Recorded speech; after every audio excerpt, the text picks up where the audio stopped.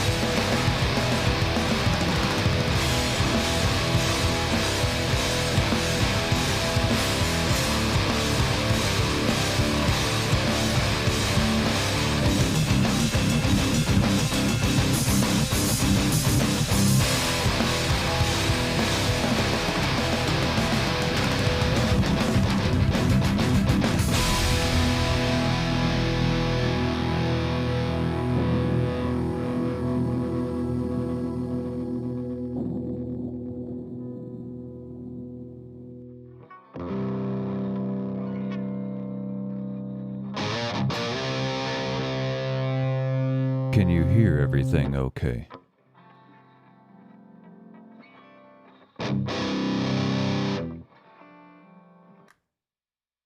Also, forewarning, I haven't played or rehearsed this album in a very, very long time.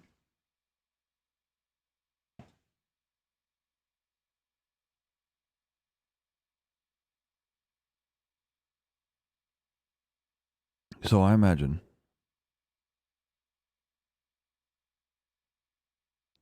there's going to be a few mistakes here or there.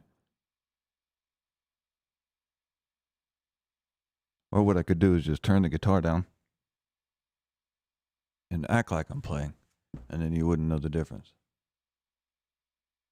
But what fun would that be?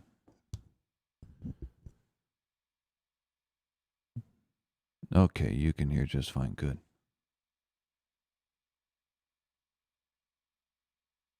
It's been a long time, hasn't it? If you have any questions, you can post them in the chat box. I'm not a professional streamer, but I think we could enjoy some time together nonetheless. Now, I would like to transfer the streams to Twitch, because then I could be more free to perform other songs that aren't mine also, without the risk of them deleting the stream. Because as I understand, Twitch won't take your stream down or mute it while you're streaming.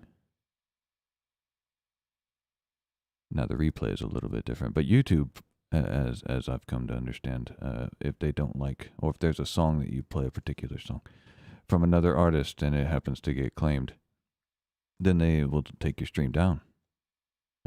Now, I can't really say that's happened to me before, but it would really suck to be into a song and look up and to see the stream is gone. Now, I don't know about you, but whenever I listen to music, if I am in a song and somebody bothers me, or that song skips, or something disrupts the groove of that song, I get quite agitated. I've been that way my whole life. Whenever I'm allowed to sink into a song, then it gives me an opportunity like you, to escape, to where my mind doesn't have to focus on anything else. And whenever, it's like dreaming. Whenever you're in a dream and you're asleep and somebody startles you awake, it is not a pleasant experience. That's what it's like for me whenever I'm listening to a song that I enjoy and somebody messes it up. I'm trying to watch my language, which we're playing through Scream Therapy. Scream Therapy has no shortage of, how would you put it? Detail. Let's see. Wounds of Yesterday.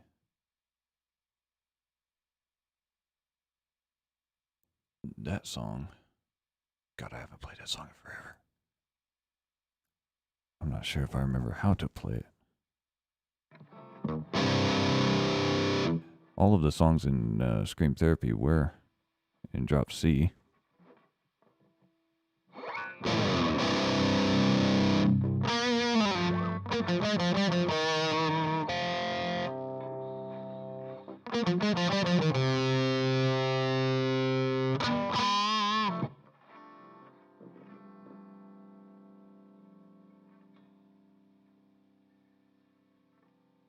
All right.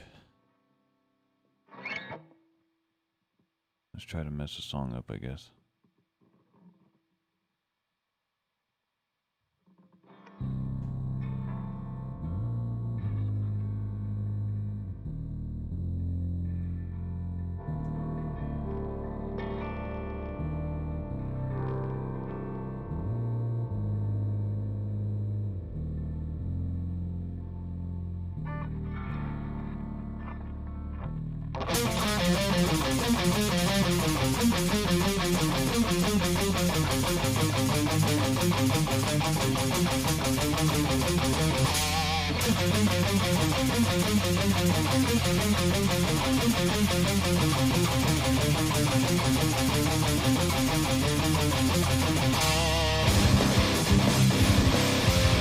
See, I'm gonna mess it all up.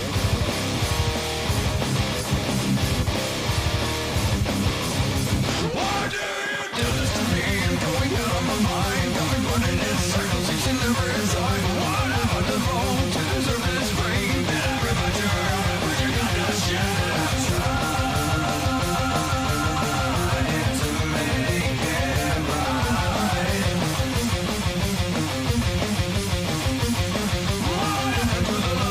For me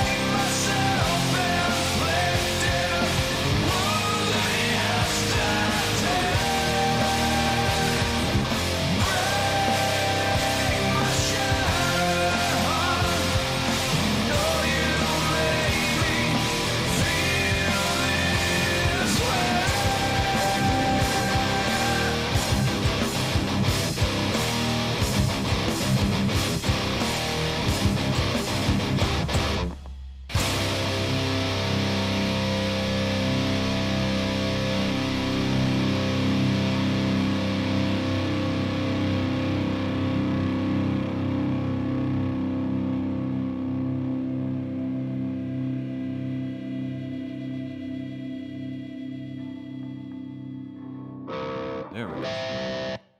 See it through to the end. That wasn't too terrible, I guess. Damn hand's getting cold.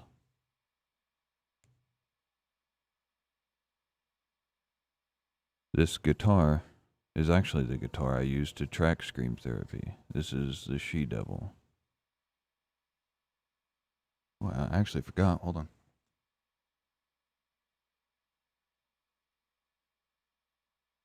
Here we go.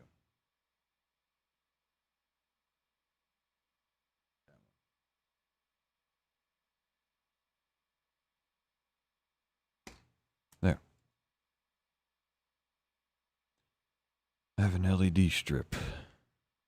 Look at me, so modern.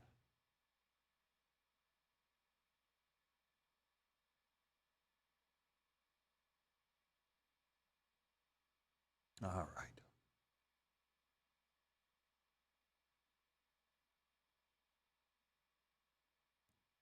Let's see. It has been too long, yes. Howdy. Best track by me.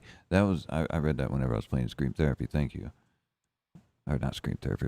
What the fuck's it called? The Epic Way of Dying. You might be cringing right now because I couldn't remember that. Yeah, that. I remember coming up with that chord progression. What? I mean, note progression, I guess.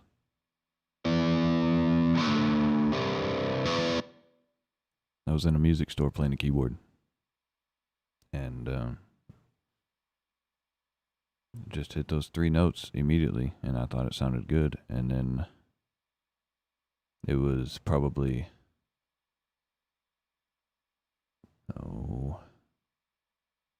3 years later.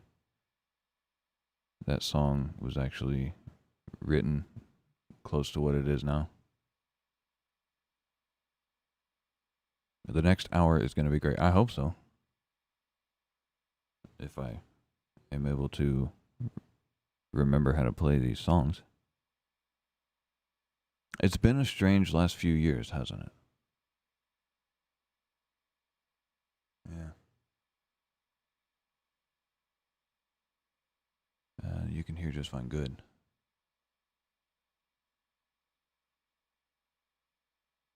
When you're working out and the music cuts out and you lose all your focus. Yeah. Well, I don't work out, but yeah, I understand what you're saying. I need to work out. Where's the pit? Like the YouTube group that was here? If that's the case, YouTube deleted groups. I don't know why, but they did. And I've been incognito from everything for a while.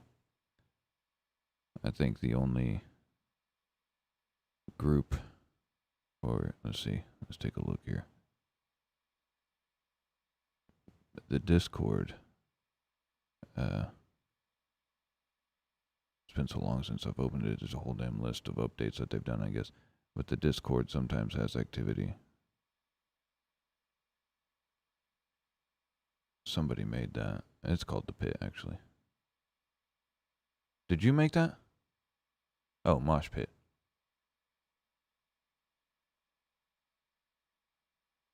Hell, I don't know what a mosh pit is. If there is one, then that's fantastic. Send me a video. I can live stream this, and a mosh pit can live stream them moshing to this. Of course, then the lag would be awkward because I would quit and I would still see the mosh pit carrying on for however long. It'd be kind of funny nonetheless. Yeah, I guess, let's see. I don't post much on Discord, but there's a Discord group called The Pit, if anybody's curious. All right. I'm just playing through the playlist that's on YouTube of Scream Therapy that I have up here. Give me your microphone. Yeah, that's what I thought. I thought you made it.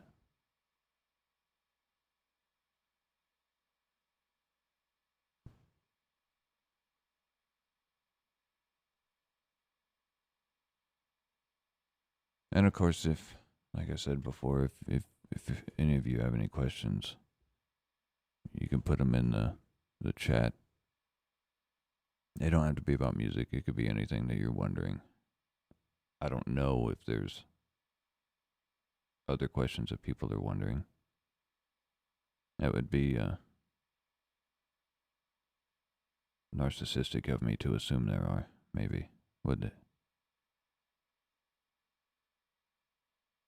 I don't know. You reset your phone. Yeah, Discord didn't re-download. I've honestly never quite understood Discord. It is with like with Twitch. I know Twitch has a connection to Discord somehow, but with like different apps or integrations, different apps integrating within one another. Like Twitch has a metric shitload of those things. I don't know how to work those. I should. I mean, there are people who are 20 years older than I am who know how to work those perfectly well. But I just don't. And you know, like I said, I'm going to eventually or hopefully transfer the streams to Twitch to minimize the risk of having the stream messed up. It's migrating. I'm not honestly sure if I want to try to migrate the YouTube audience or if I just want to start from zero and let the streams say no viewers or one viewer for however long it takes. You know, there's kind of a beauty in that. I don't know. If you have any Twitch advice, put it in the chat.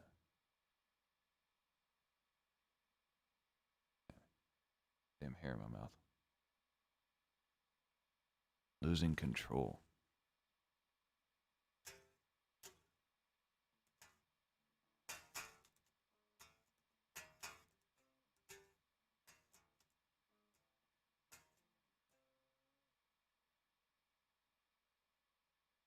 I think that's the one where I had the guitar solo. If that's the case, I have no idea what that guitar solo would be.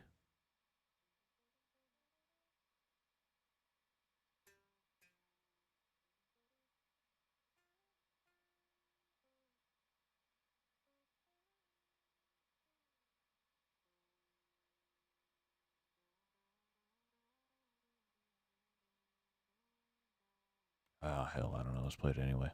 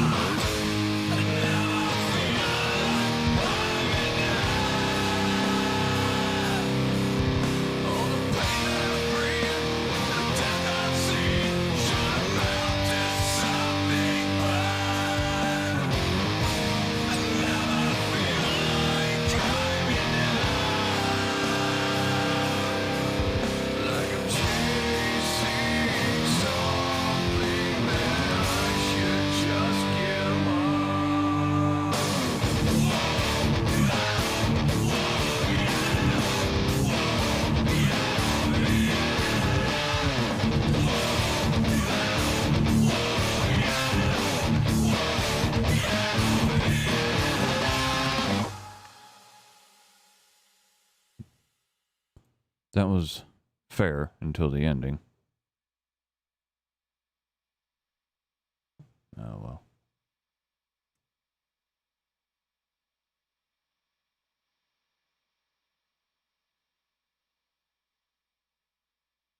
Does the video and everything look okay? Is it fairly smooth? I like the black and white of it. Let's see. Don't understand Twitch as well, yeah. At least it's not only me. They play games, not music. You know, I thought about streaming games, which the only game that I play is Call of Duty. The newest one. It's Modern Warfare, isn't it? Yeah. Itch my face. That's the only one that I play. I thought about streaming games, but I just haven't, I guess. I even set up my gamer tag and everything. It says Stenosis Music. And I don't know. I haven't, I mean, I've recorded some games on there to edit them and upload them, but I just haven't. It just hasn't clicked for me yet to be that's something I want to do entirely. I didn't know there was a Discord. Is there a way I could get a link to join? Yeah. If you follow me on Instagram, I can put a link on here, can't I? Let's see.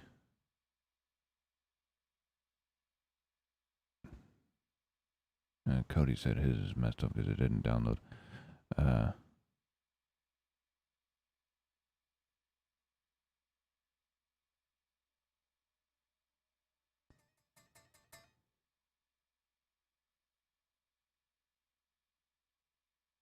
Persona 5.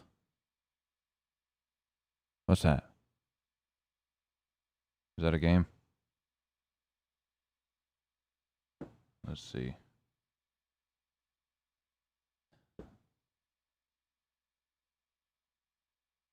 Invite. Okay.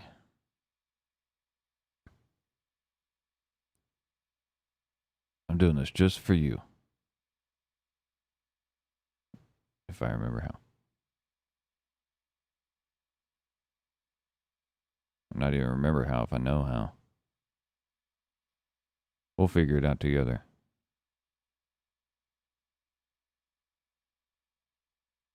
Jesus is here. Hey, Jesus, how are you?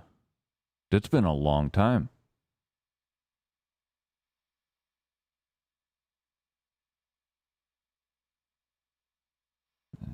Let's see, yeah. Okay. I'll get this figured out. If you're in here and you're wondering why there's no music, I'm trying to copy a link to the comments. For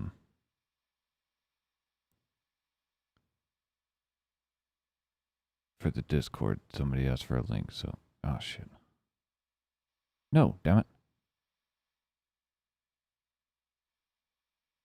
Okay, all right, here we go. Link copied. Okay, good. Paste. There we go.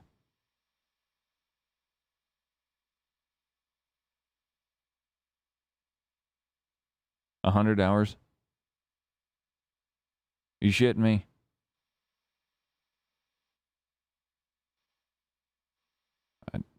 It sounds like a lot, but I don't really know how long I've played Call of Duty. I should look. I have a friend. He and I, well, a group of us play every week. And it's the way we hang out. Let's see if this works.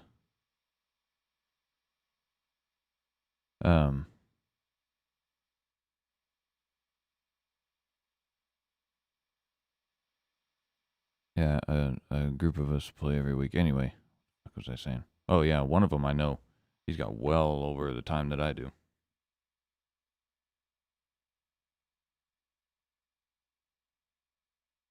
Yeah. If actually, I've joked about that. Not here with them. I've joked because they're personal friends of mine. We've been friends for years, and it's kind of a daisy chain of friends that has somehow encircled itself. So I've joked of taking the audio of us playing every week and turning it into a podcast for stenosis. And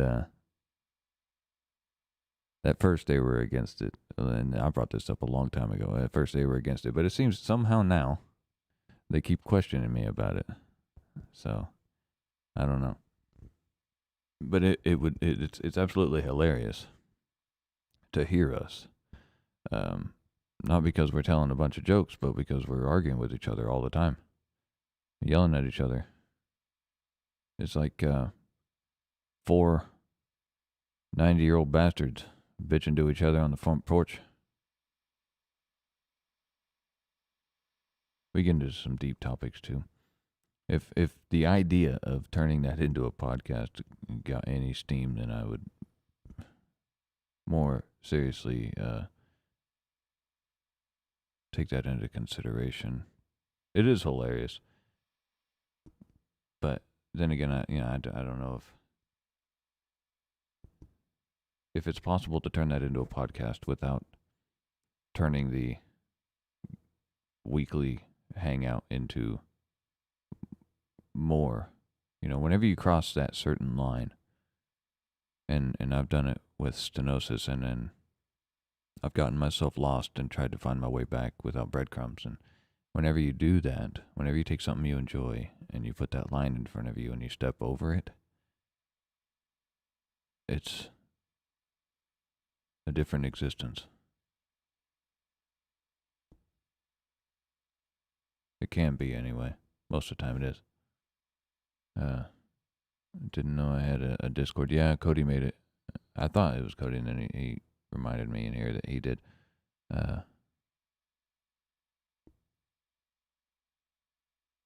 He had 20 days in Black Ops 2. Black Ops 2 was a good game. Black Ops 1 I thought was better. If they remade that, that'd be the business right there. There's talk about them somehow tying in Black Ops to Modern Warfare and tying Warzone into it. I don't know. Well, we'll see. I think they're kind of doing a Hail Mary with Warzone right now. And I'm not sure why. Maybe it's because they're losing stock. I don't know if Fortnite's still a thing. I never played Fortnite. Or what was that other one that was like Fortnite? I don't know what the hell it was called. But both of them are Battle Royale games. Yeah, I don't know why Modern Warfare is doing what they're doing. They took away plunder again, which pissed us all off. I say us all. I mean me and 3 other guys. So, as we played quads, every time they get rid of quads, it just pisses us off. Do you use? Yeah, over there. That's just one of them. There's that one. It has, see, my son, I took a pool noodle and I cut it to put on his bed so he didn't hurt himself on his bed. And what was left, I put on the end of that just because it was down here. Because I did it down here. I had a knife or a razor blade or something down here, so I did it down here. And what was left, I put it on the barrel. So now it looks like it has like a 26-inch suppressor at the end of it. And then there's a Glock 22 sitting next to it. Yep. Sure enough, that is what you see.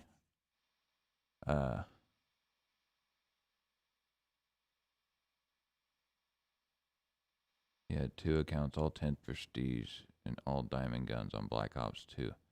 How in the hell did you do that? There's this new, one with there's the camo that you can unlock if you unlock all of the challenges for each gun, and then it goes from each gun to each gun, and every class. It's way too much for me, and I don't have enough patience to go around using that many different guns.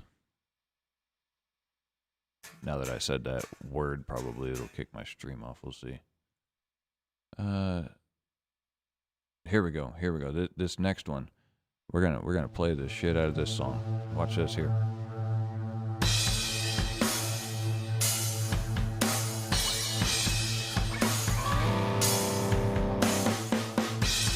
Fun fact, this song has no guitar in it.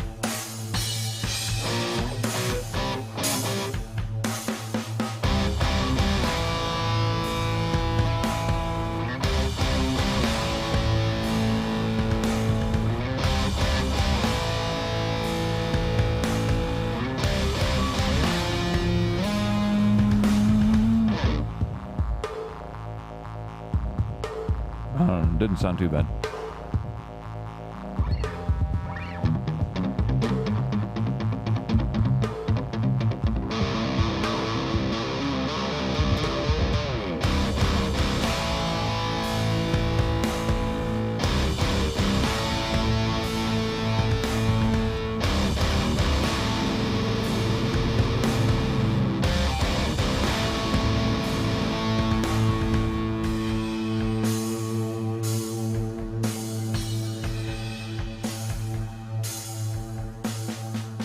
Next song I'm almost certainly going to mess up.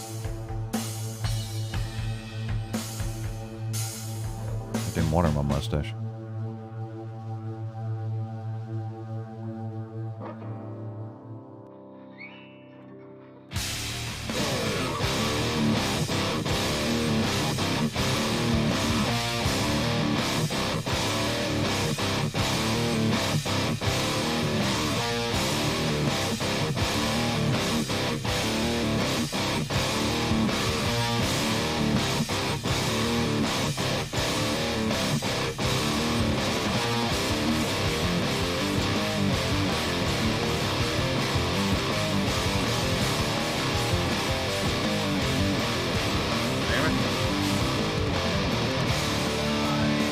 Told you.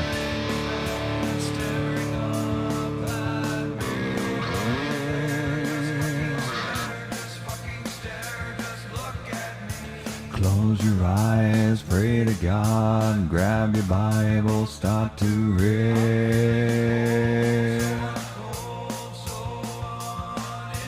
Whoa, I'm coming for you.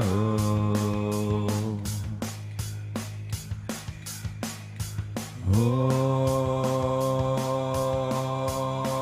I'm coming for.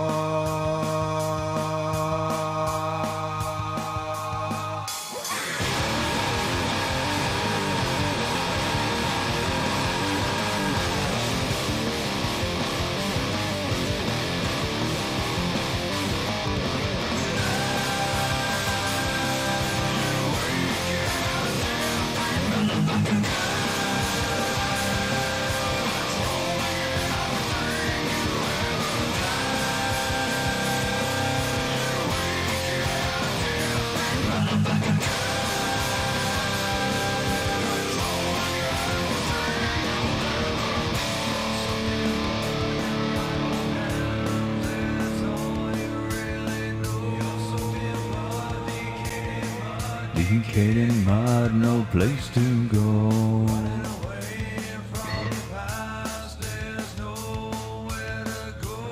This guitar part right here, this is hard. This is difficult.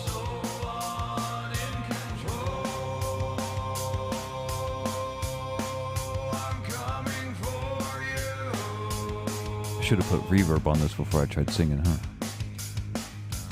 Ooh.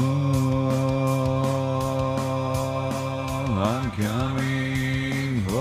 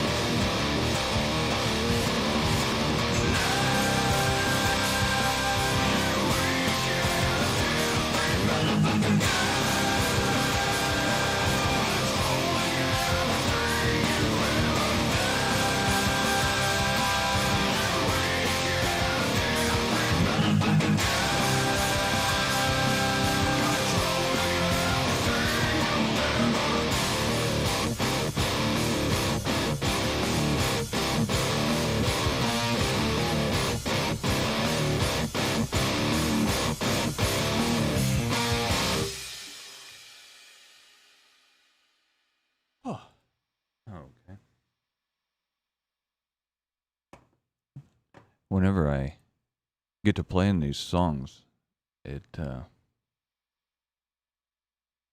tonight anyway, it all just kind of seems to come back. I get to moving in a way that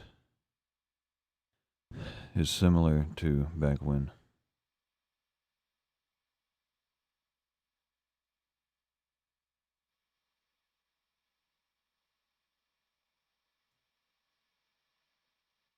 Let's see. You bought a Glock 17. That's a good. That's a good thing.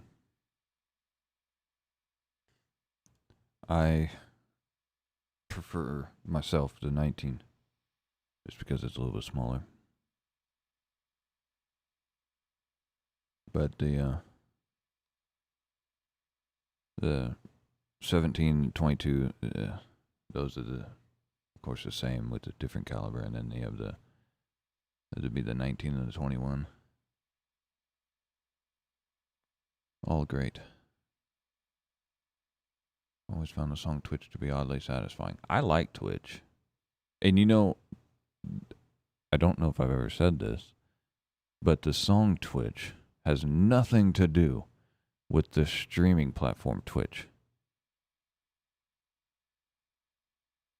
Yeah. Nothing. Bravo, thank you.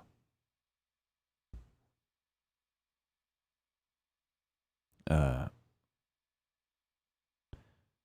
hope everybody's clapping. I can't see you or hear you, but I hope you are. But yeah, the song Twitch has nothing to do with the streaming platform Twitch, which I'm pretty much everything that I've ever seen from somebody who's commented from the song Twitch has referenced the platform Twitch. But yeah, they have nothing to do with one another. Whenever I wrote Twitch, that's the word that's what that song said to me. That's what it said. It wanted that's what the title should be. That's the way with all of my songs. That's the way they get what they are. I have a difficult way of explaining how I write music because I don't feel like I write music. It just it shows up and I just feel more like a conduit. And what makes me a little remorseful is whenever what I believe is a great idea, whenever it comes to mind and then it goes away, which happens, well, over the last few years, it actually hasn't happened a lot. The last few years have been something. But, I mean, that's really took a toll on how my brain has processed music. There for a while, I didn't listen to music. I mean, everything was just numb. Everything it's difficult to explain. But anyway, back to it. The songs they just come to me. Usually, whenever I have an idea, if you're struggling to write music, if you write music yourself and you're struggling to come up with something like I often do, you can either wait for an idea to come, and when it does, it will show up at a time which you cannot get to a means to record it. You'll be in the shower or something, and a great idea will come into your head, and you will hurry up, and by the time you're done drying off, you will forget that you ever had an idea, because that's the way it goes. And then that great idea may possibly be lost forever. I think about that. So, yeah, the ideas, they just come to me, and hopefully I have a means at the time to put them down. I was recording a new song a few days ago. If you were wondering if there is new Stenosis music coming, I would say yes. Do I know when? I would say no. I don't get to dictate when the song is finished. The song dictates that. But I get the name of the song. I guess that's where I was starting this. I get the name of the song by what the song says to me. It tells me what it wants to say and be titled. And whenever I say it, I mean the idea of the song shows up. But it's really something inside of me that I've put up a wall that I don't want to let out. And somehow there's this, whenever the idea comes through me as a conduit, this is getting kind of atmospherical here, but this is the words that I'm finding to piece this together. Hopefully it makes sense. Whenever the song comes to me and I'm the conduit to get it out, it's able to bypass this wall that I put up. And maybe that's the way all music should be. You know? If there's I've been asked this before. What do I want people to think whenever they hear my music? And I guess if it all boils down, I just want people to, in that moment, I want or hope that the listener is able to hear what I'm saying, hear the notes that surround the words, because it's all tied together. None of it is arbitrary. Hear the notes that surround the words, and in that brief moment in time, I hope that you are able to feel what it was like to be me when I wrote that song. Yeah. Hopefully that made sense. Okay.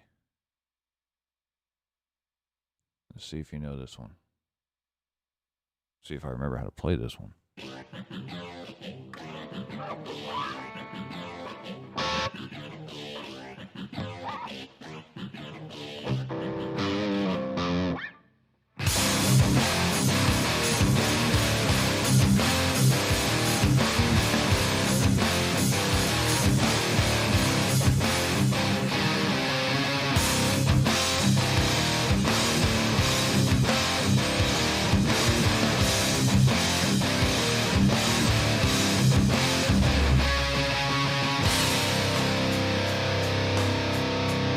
Very ironic that this is the song playing, because this represents what I just said.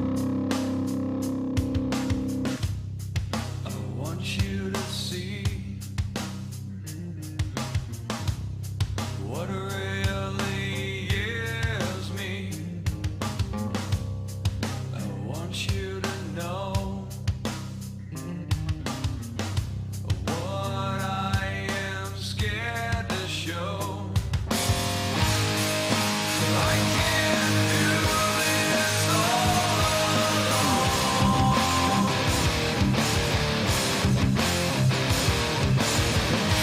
Understood what I need my own.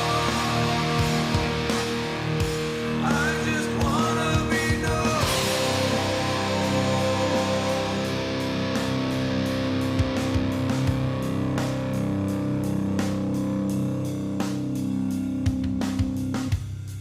I'm terrified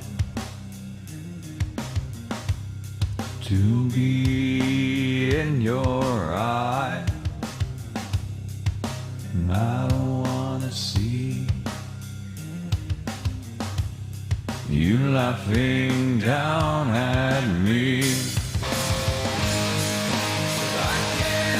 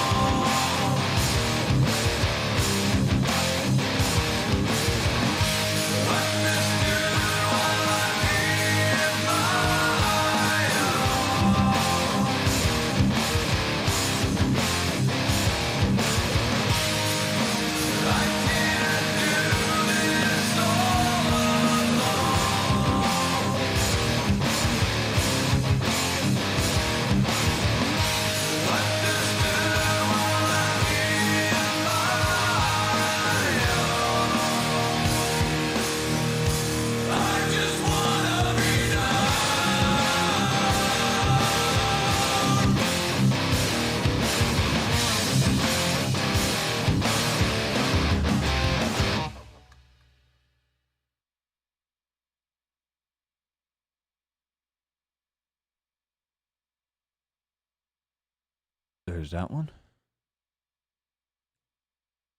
See, the stream is a little behind, so I can see the replay. And to me, I'm just now ending the song. Man, I really get that left leg going, don't I?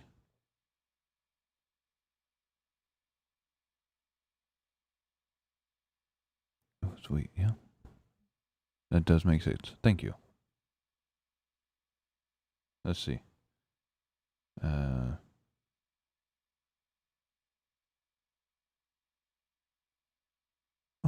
People are joining the pit. That's nice. That's nice. I like to see that.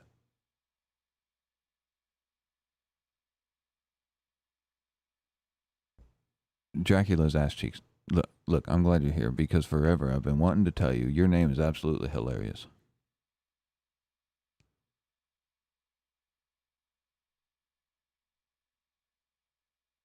Ever since I first saw that name, it has made me laugh. I don't know how you came up with that, but that is funny. They're all good songs. Thank you. Yeah, this next one, the next one on the album is Never Let Go. That's a fucking song.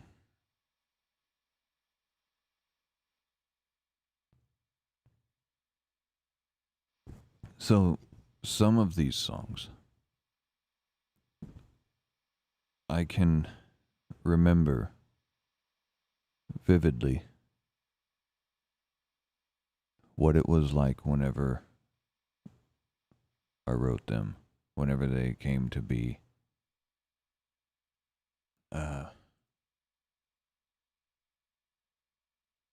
Yeah, Never Let Go is one of those songs. That song is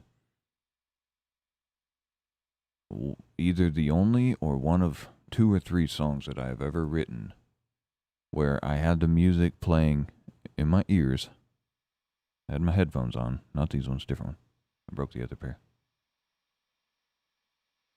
And I had that cello part or viola or whatever the hell it is. I can't remember what instrument I used.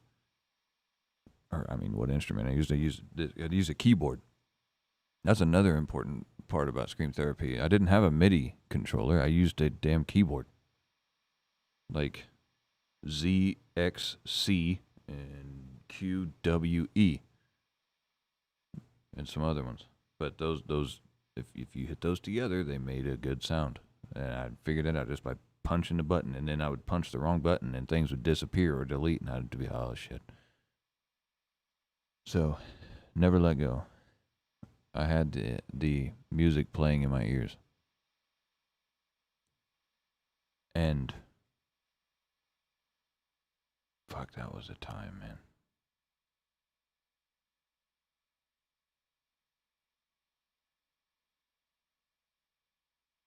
Hell of a time.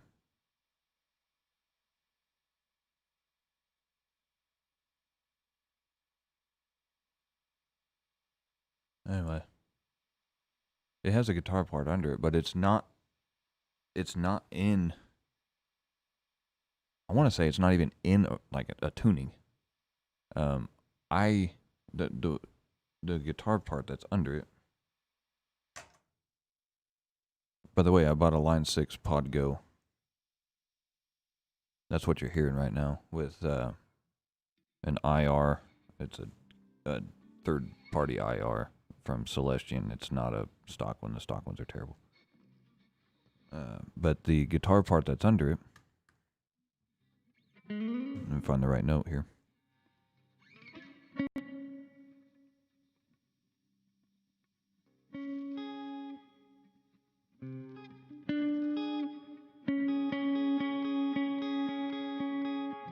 Something like that. I'll have to listen to it real quick.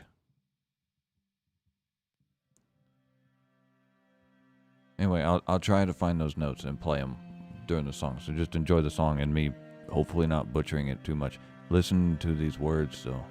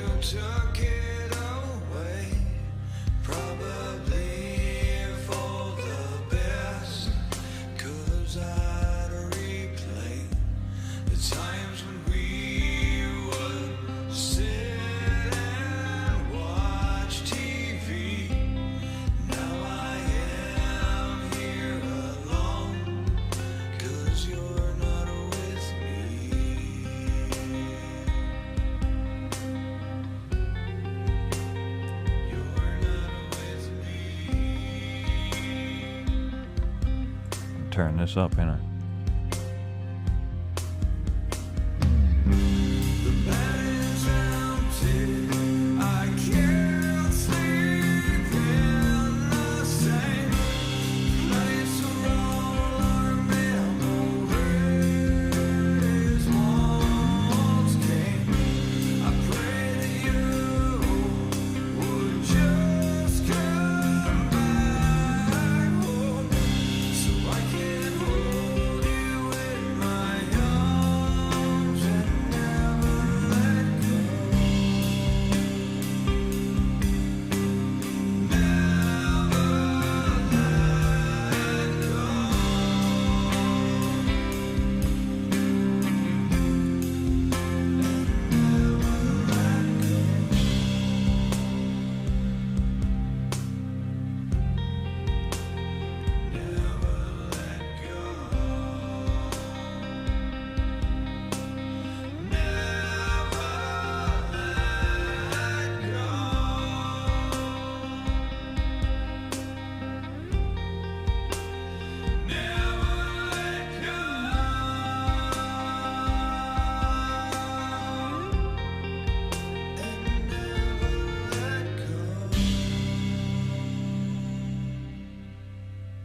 That's the first time I've ever remembered how to play that song, but I know it wasn't in this tuning.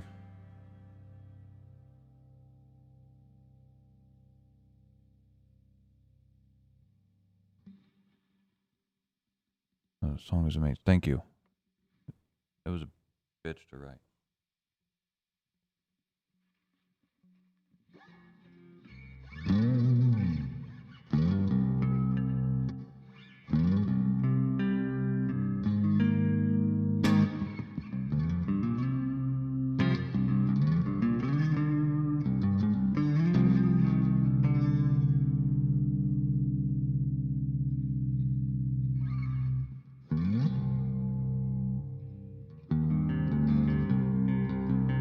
I can't play too much of that if his stream get kicked in the nuts.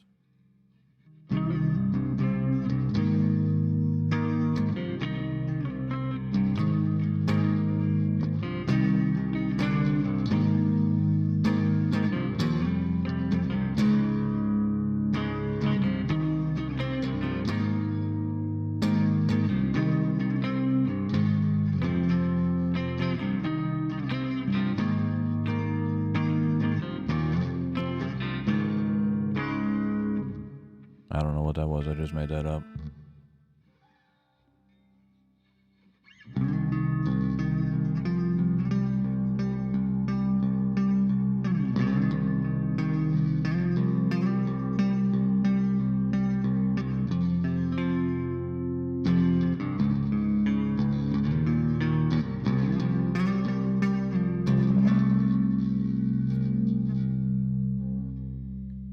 All right.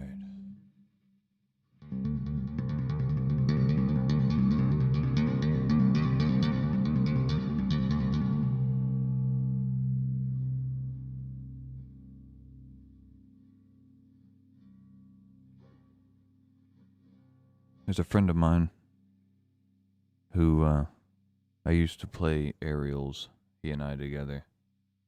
And he's the greatest bassist that I've ever had the privilege of playing with.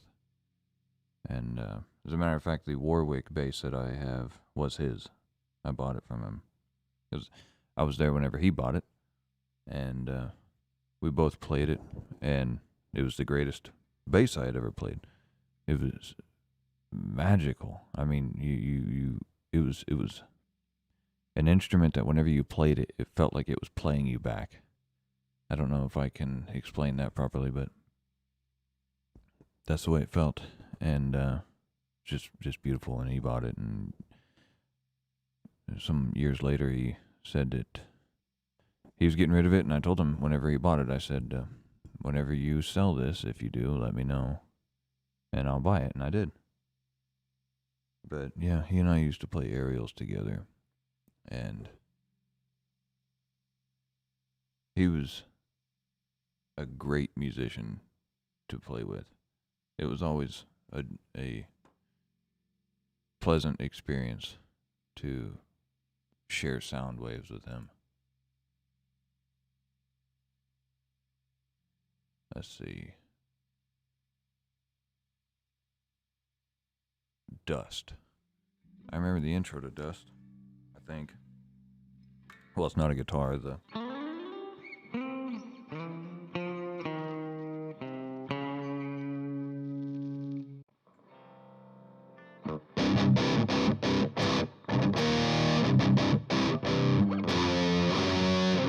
yeah, that's close enough.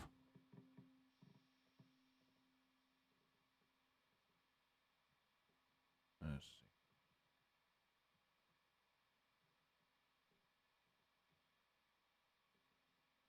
Oh, shit. I guess it was already loaded. Whatever.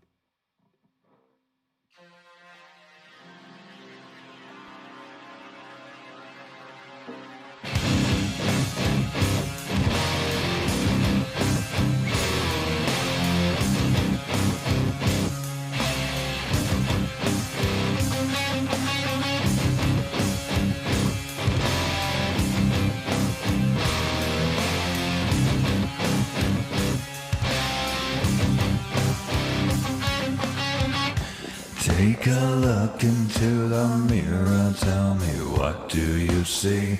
A fucking demon staring back at you, so fucking ugly. Manipulating, so degrading, putting thoughts in my head. You're so deceiving, can't believe, oh babe, you're fucking twisted.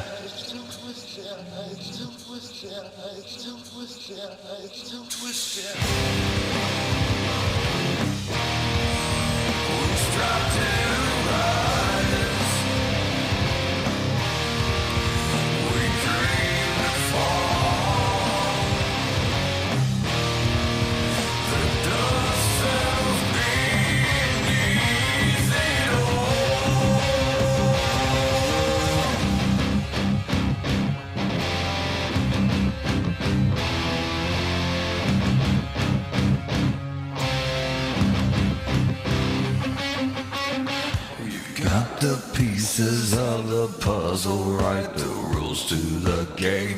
All the anger stands for nothing, all the bullshit's the same.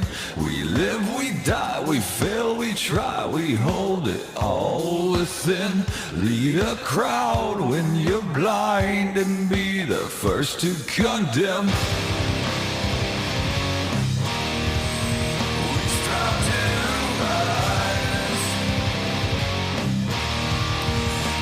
Dream to fall. The dust settles beneath it all.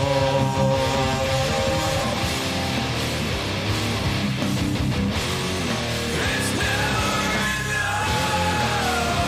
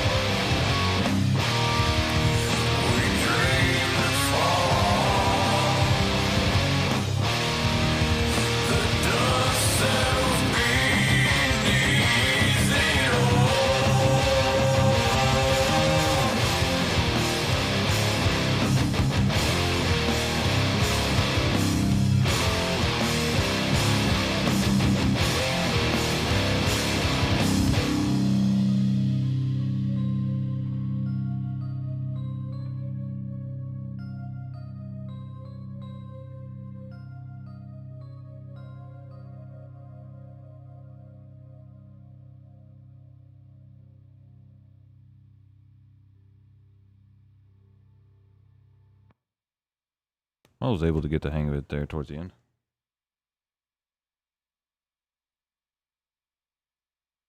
Out of water. So the thing with scream therapy is, well, actually with all of my songs, I kind of end up confusing myself because I throw in differences. You listen to some songs and they'll change one word and it makes you fuck up the vocals every time you sing it. Well, that's kind of like me and the guitar part. So, switch over here. So, like on Known, it's...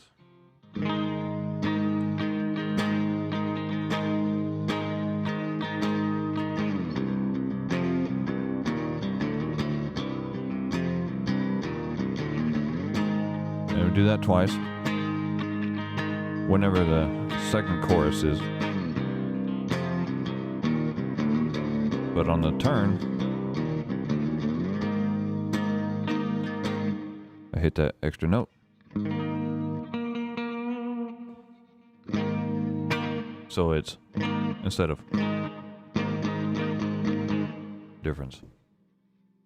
And I do that with a lot of songs. I just change one thing typically during the chorus, just how I naturally write. Does anybody have any questions while we're sitting here?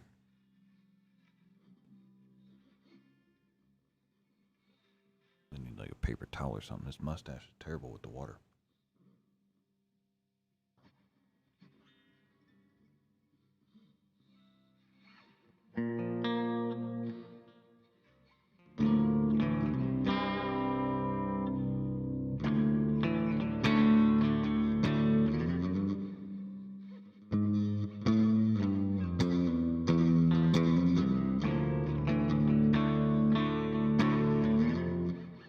I used to know how to play that song.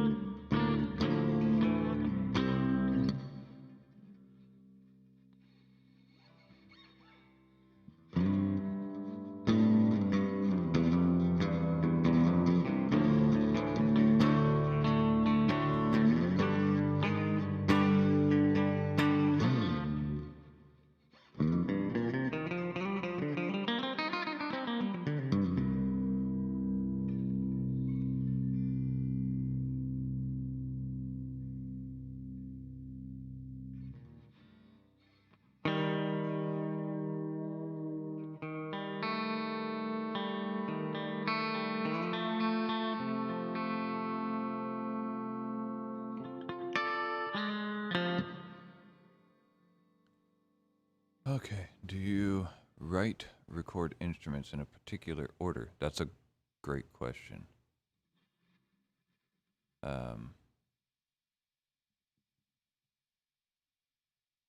So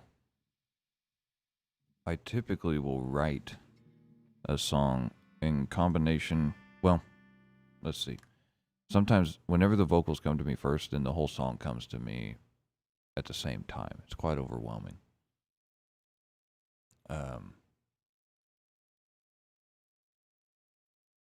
So if that's the case, and I write down the lyrics, usually I can, if I read the lyrics over, I can hear the song in my head, in which case it's all there. I just have to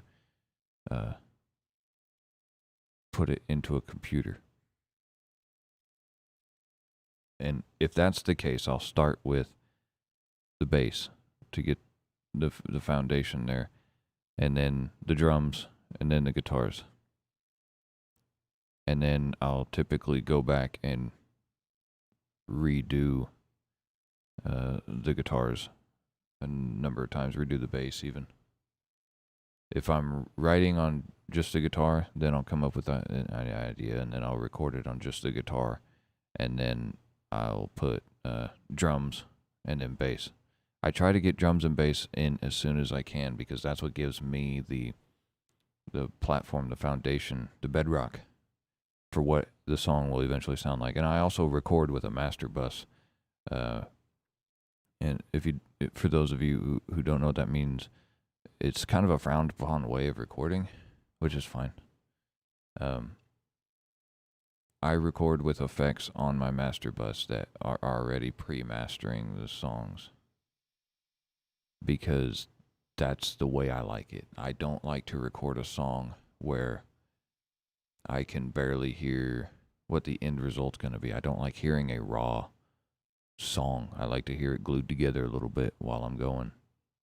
Which, I mean, rightfully so. It can be an Achilles heel or whatever you want to call it, but it's just the way that I do it. It's not the quote unquote typical way, but it's how I do it.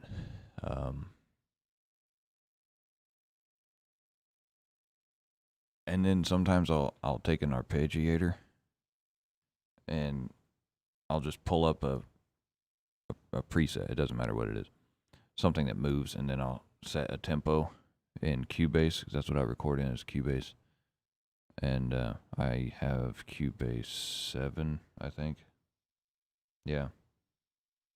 I started recording way back in the day whenever I got my Zoom pedal, which is just over there. And I got that thing in 2008 whenever multi-effects processors were really frowned upon. And I guess you could say I was one of the first to start using multi-effects processors live. Not in a grand scheme of things, but I mean, I wasn't no pioneer. But everybody in the scene was, they thought of it as blasphemy to use multi-effects processors at all. I mean, it sounded terrible back then. The effects, like the weird effects, are really cool on that Zoom. The distortion is atrocious. I mean, it will decapitate somebody. And everybody, you had to have your half stack or your full stack, your Mesa stacks or your Marshall stacks or whatever. And I didn't have that. I didn't want that. I had no interest in tube equipment back then. I used my multi-effects processor. And it has some great effects in it that will inspire writing. More so than what this Pod Go has. This Pod Go is very, I mean, you can do a lot in it, but its presets are very much playable presets in the fact of like it's distortion or it's a British crunch or a Fender clean. It doesn't have this weird shit going on like the Zoom had, which was really cool. But with an arpeggiator, I'll just hit a note, and if like this is in drop C, you can't hear the guitar. There you go. It's in drop C, and so I'll think to myself, okay, I don't know how to read music. I don't know chord structures really. On my MIDI keyboard, I don't know if this is gonna show up. Stop moving flashlight. I gotta wait for a little preview. If it does show up, you could see some writing on the keys. I wrote the notes. I learned what the notes were, like literally by looking. I'd play a C, and that's a C, and then I would just go up the guitar, and I'd write out what the notes were, and then I learned that it's a 2-octave thing. It's just all took trial and error and years of just hashing my way through stuff. And I miss the days whenever I knew less, honestly. But I just hit a note on there for the arpeggiator, and it would just make a sound, and it would be in sync with the tempo of Cubase, and it would inspire a riff of some sort, whatever it might be. Just the sound has a way of making my brain more inapt to connect to whatever that is that allows us songwriters to write songs. And you might know what that is. You might be in that same boat with me. But an arpeggiator is one of those ways that just makes it to where I'm more attuned to that, I guess. If an arpeggiator is just climbing up a scale, it's very, very hard to simulate an arpeggiator on a guitar, I guess. But if one's just doing a standard, because with arpeggiators, if whenever they're in sync, then you can hear a beat under it. You can hear the notes, and or I can, and it helps me to hear what is inside that rock, so that I can hopefully slowly chisel away at it and get pissed off when it doesn't sound right. Alright, here we go. There is no guitar in this song whatsoever. This is the second fully digital song ever recorded.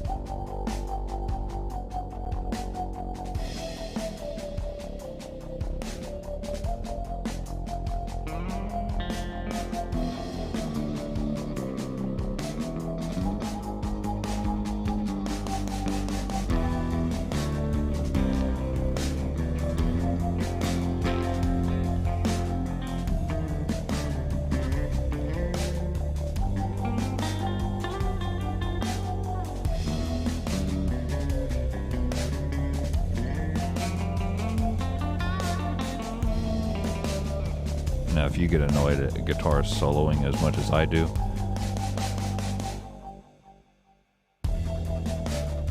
I'm not a soloing guitarist.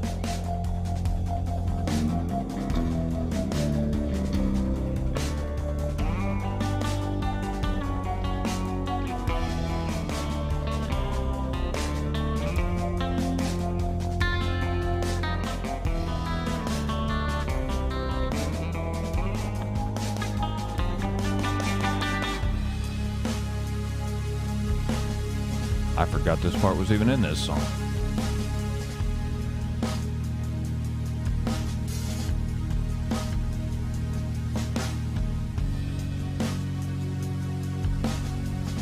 You can hear that 808 though, can't you?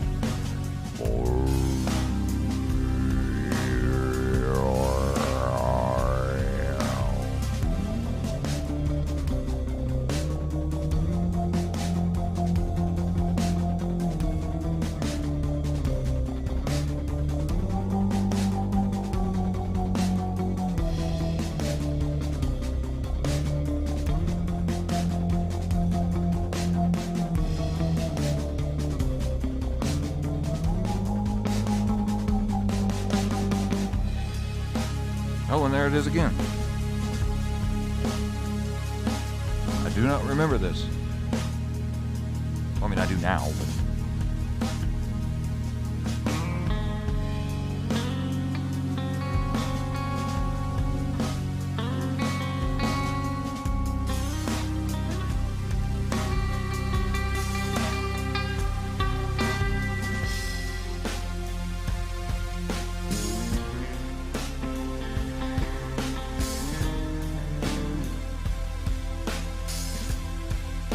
probably ruining it for you. I will quit.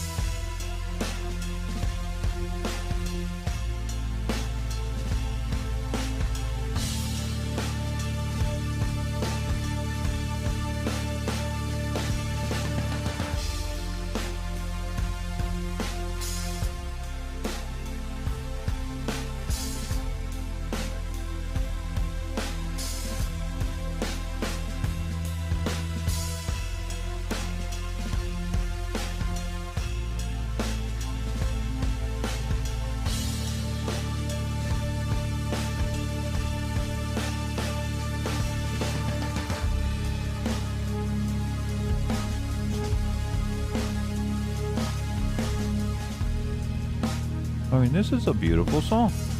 I forgot I wrote this.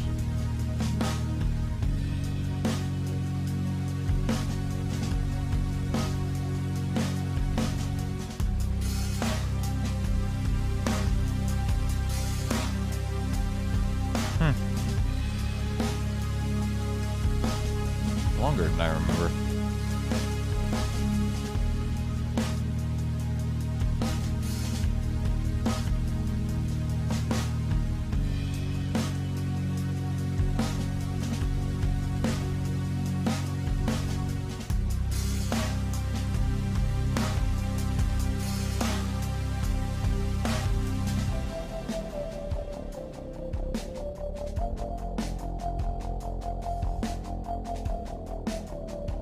So this can kind of be an example of an arpeggiator, of hearing a different set of notes inside of it. I mean, usually I just use one note, but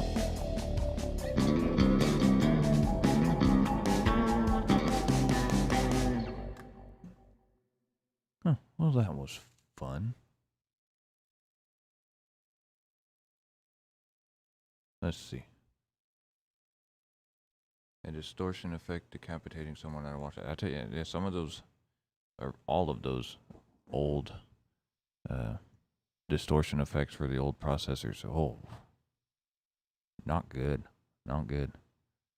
It's like be like standing under the Falcon Heavy when it takes off. Did anybody else see the space launch of the Falcon 9 whenever it's in the capsule with the astronauts up there? That was pretty cool. My son loved that. I'd love to go to space. Some people think I'm crazy for that. Let's see, are there any songs you've done that you would want to revisit? Ones that didn't come out quite right, or to redo what you know now about recording? That's a really good question. And I've thought about this in the past. And there are songs that I've done that I would like to redo, but it won't happen, and I'll tell you why. Because it's like my paintings. My paintings are imperfect. Okay, guitar's turned down. My paintings are imperfect. And whenever I look at one of my paintings, I think I should have done this. And I think because to me, whenever I listen to the album Rot, my second album, the mix to me is terrible. Which I guess I shouldn't say that, but it is. I mean, now you might listen to it with a biased ear. I don't know. But the mix is horrible to me. But the songs are... Okay. Rot was an interesting album because that is what I classify as a a clogged album. And what do I mean by that? I mean, those songs are very, very raw. They're very, very personal and very painful. And at that point in time, I had to write that album to get it out of the way, to get it out of my system. And sometimes you have to do that. Now, there are... I might take a different approach from the traditional way that so whenever artists write for albums, there are multitudes of songs that artists, solo artists or bands write that never make the album, and then they just go away forever. They're just done. I don't like to subscribe to that idea. It's one thing if the song isn't done, but I have probably 60 songs that have not been released, and none of those songs are going to be cast away under the impression that they're not good enough, or that, just to kind of cast them away. If I finish one, I will release it. That's how I view my music. I like to release the songs that I finish, for better or for worse.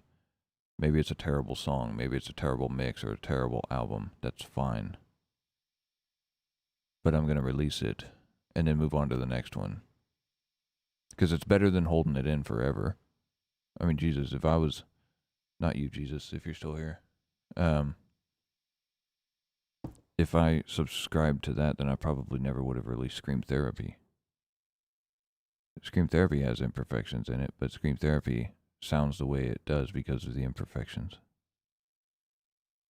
But Rot to me sounds terrible. But the songs are some of the hardest. There's a song on Rot called Solo. I will never, unless something drastic changes, I will probably never play that song again. Because that song, um,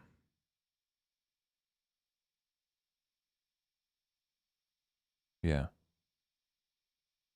that song is too difficult. Um, this scream at the end of that song was, I didn't intend for that. It happened while I was recording. It came out. Everything kind of built up, and that's what happened. Um, but yeah. Solo, I would say Solo and Never Let Go. I could I can play and sing that one. Not Solo. So if ever I can't even listen to Solo. So if ever I do a live stream where I'm playing through Rot, that one won't be included. I forgot what the question was. I really get to carrying on. Oh, would want to revisit. So yes and no. Yes, because I hear the imperfections. No, because I force myself to accept them for the imperfect creations they are. Yeah. So you watched part of the launch. Yeah, yeah. Unfortunately, missed the space launch. Yeah, I almost did. Um, but it was nice to see.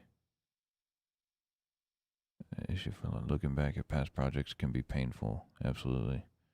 After getting better at mixing, I'll look back and see how poorly mixed old songs are, and the temptation to redo the song and mix are definitely present. Yeah, I have gone back and listened to some of the first. Well, that's not entirely true because so if you didn't know, Scream Therapy was lost 3 or 4 times in the middle of it almost being right in the middle of recording, mastering, whatever of it almost being done.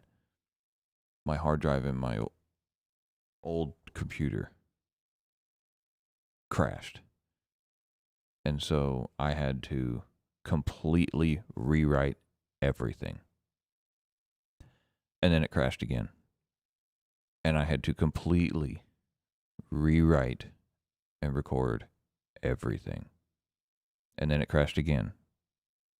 And I had to completely rewrite and record everything. And I think it was 3 or 4 times that happened. So it was either the 4th or 5th time that I recorded it that I didn't lose it. Yeah, I lost Scream Therapy 3 or 4 times completely. Nothing to be saved except for the memories in my head. And I got a different tower back then to replace the computer that ultimately gave up. And I recorded Scream Therapy on it. But I was able to, so from that period on moving forward, some of the songs that I have recorded, and I remember what some of the other ones sounded like, and they sound horrible.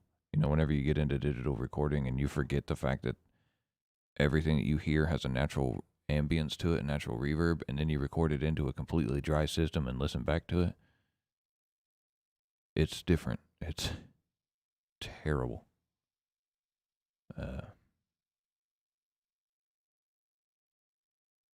enjoy the tangents you get on those. Thank you.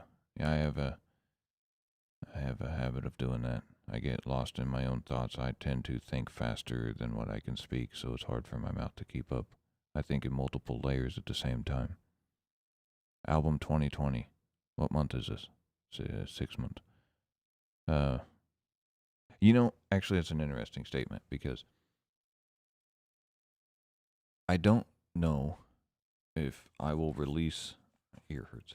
Um, if I will release albums in the future or just singles. Um,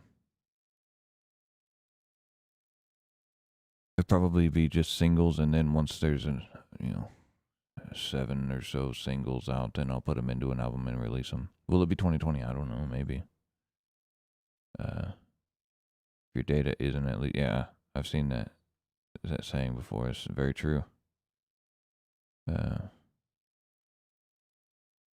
And then I've also been guilty of storing, one file in 12 different places, and then you change one of those files, and it's hard to organize it all. And damn strap is really getting at me. Anyway. All right. What are we on here? Clean.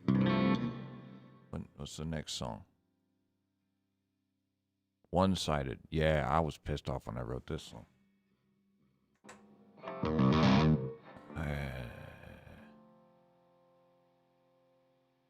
I don't even remember how one-sided goes. We're about to find out, though. I just remember being angry when I wrote it. Oh, right.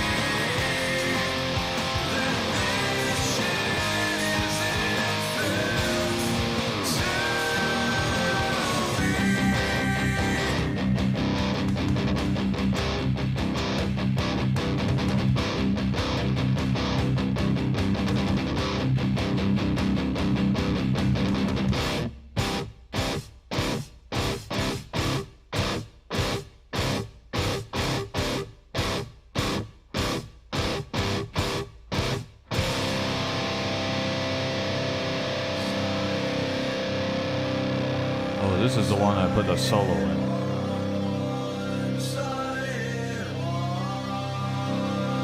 I don't remember this.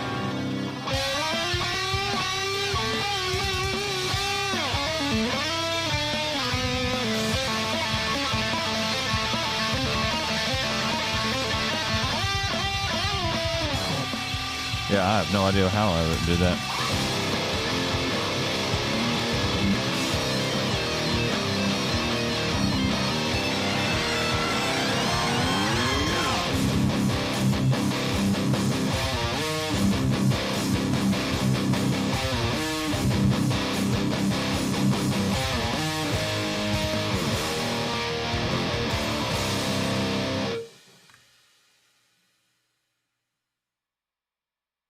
Oh, shit. What'd I do? There we go. I'm glad I got that one out of the way. Because, well, actually, I don't remember that solo.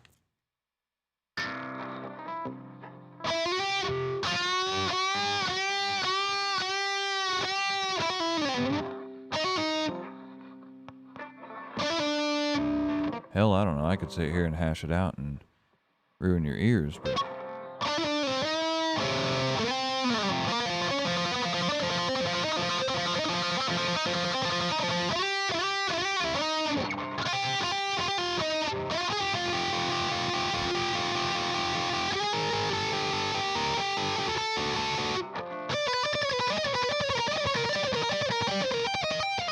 Hell, I don't know. It makes me sound terrible. I don't know. Do your ears hurt? That solo sounded pretty good. You see, you're lying now. That solo sounded terrible.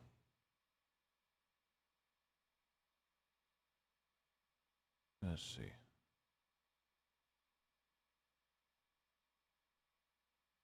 What's this one sound like? Oh.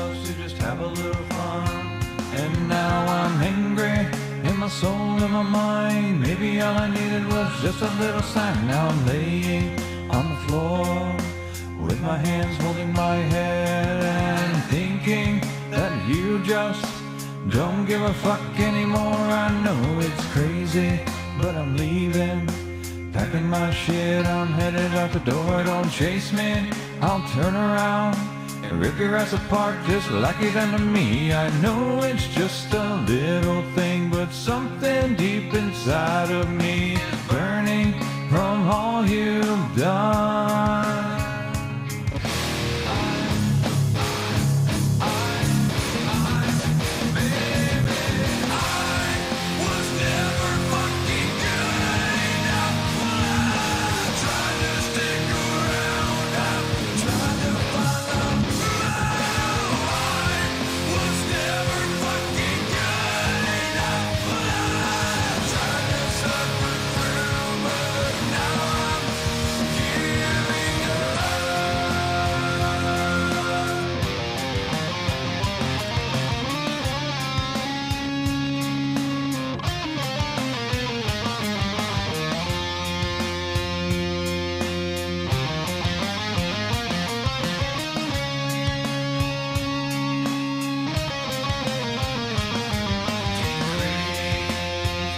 Hey, I remembered it.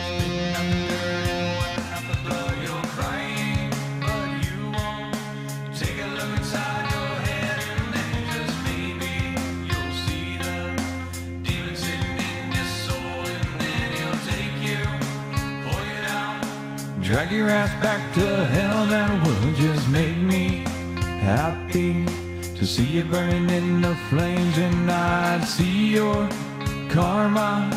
Now I feel better, like it should have been forever. I know it's just a little thing, but something deep inside of me is burning from all you've done.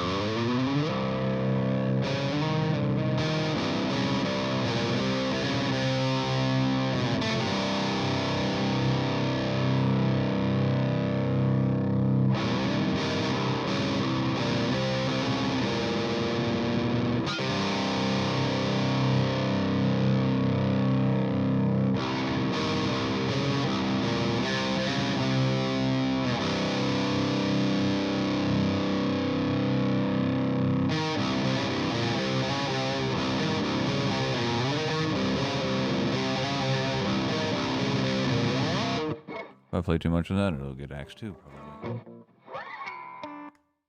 Who knows that song? Oh, I forgot I ran out of water. Damn. I have a soda that I opened. I haven't taken a single drink out of it. But I know if I drink it now, I won't sleep. I try not to drink soda, too. Yeah.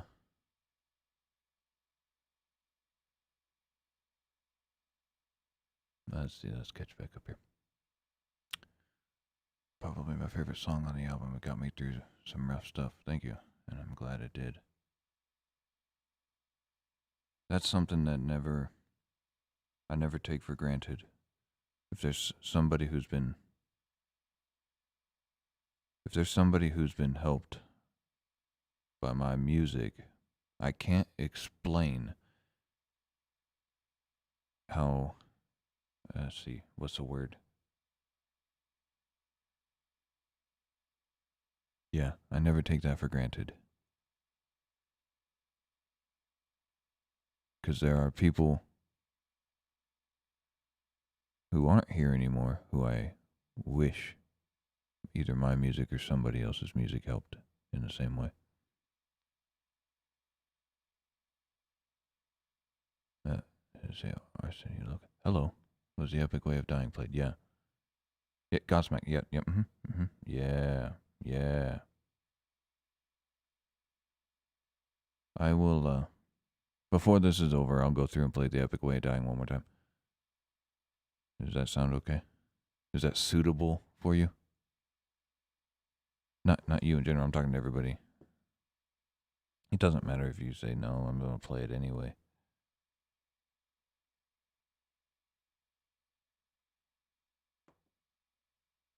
It's funny that I played that song, or the beginning of that song from Godsmack.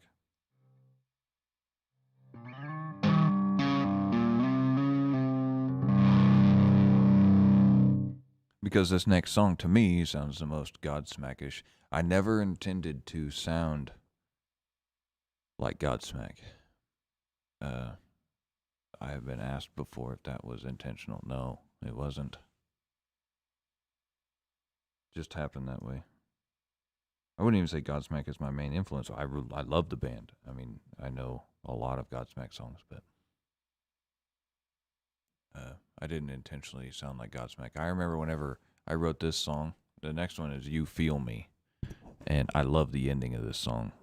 Whenever I put that vocal harmony together, it's awesome. It's one of those things I never get tired of hearing whenever the song comes on. I will tell you something that's still strange. Is whenever I'm either listening to Spotify, random radio, or somebody else is listening, and they hear like Slipknot or Breaking Benjamin or Godsmack or Seether. I love Seether too. I would love to meet Sean Morgan one day. I've talked to one of his managers. Not about getting together with Sean. It was about a different thing, but he and I have never talked or crossed paths. But I think it would be great if we did one day. We would have a lot in common, I believe. But what was I getting at? That's the thing with these tangents, man. I get to talking, and then as I'm talking, the thought that spawned me and the whole thing is sneaking out the back door. Oh yeah. I remember whenever I wrote You Feel Me. I was writing music with my cousin, he's a guitarist. The band, if you've been around since the beginning, which has been quite a while, and if that's the case, I thank you. But yes, I was the front man of a band back in the day, and he was the guitarist of it, the other guitarist, and anyway, after that, post that band, a couple 3 years, we were writing music together, and I came up with You Feel Me, and I tried to write something that was as simplistic as could be because I wanted to make fun of what I thought was modern music at the time, which was like My Darkest Day and stuff. Don't get me wrong, I like My Darkest Day. It's not exactly my bread and butter though. And I came up with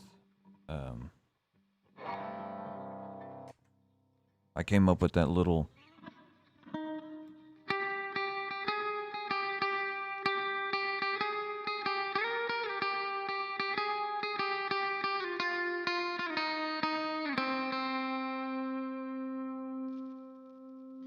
just that little part there. And I gotta find it again. And I played it some different ways. I played it going down the string like you just heard. And I played it going up the strings.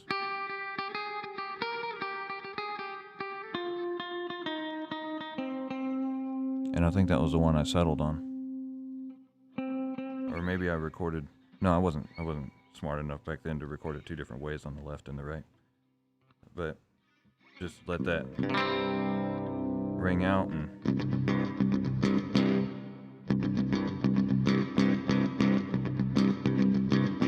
just that one note. You see. And I don't know if you've noticed... it wouldn't really be something that anybody would notice, but the way I pick in a weird manner. And it lends itself to what my songs sound like. So, James Hetfield is a down picking or downstroking all the time, and that is just carpal tunnel waiting to happen. And I also don't. I do what I guess is called alternate picking. Either way, I don't come up on the octave note like I've been told you're supposed to. I go between the C and G. The C, G, C, F, A, D. And instead of playing, sound like some Waylon Jennings. I come up on the G.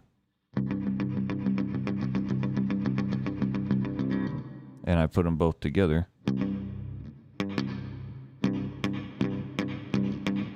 It's just the way I do it. I taught myself how to play guitar. I taught myself how to play drums. I taught myself how to play bass, trumpet, saxophone, flute, the trombone, baritone, timpani. Cannot effectively play the keyboard, which is frustrating. I can play the MIDI keyboard, which is not nearly the same. That was a joke to say that I can play the MIDI keyboard.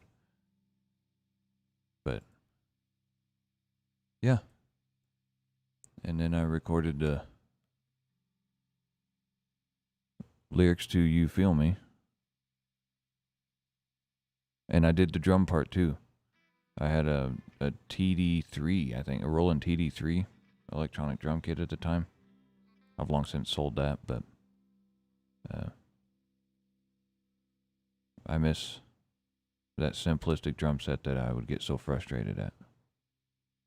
So, yeah.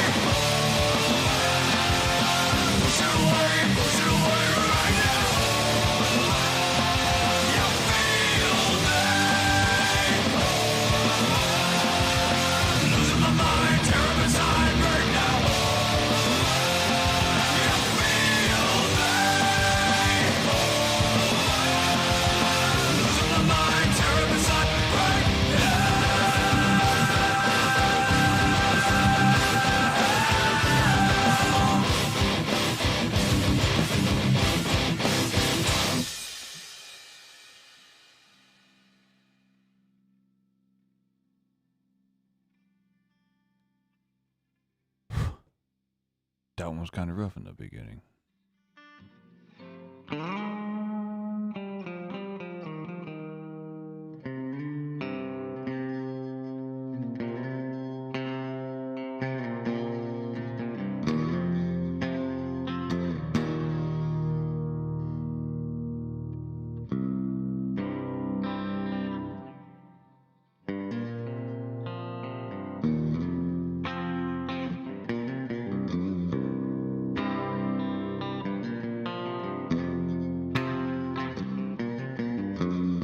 Who knows that song?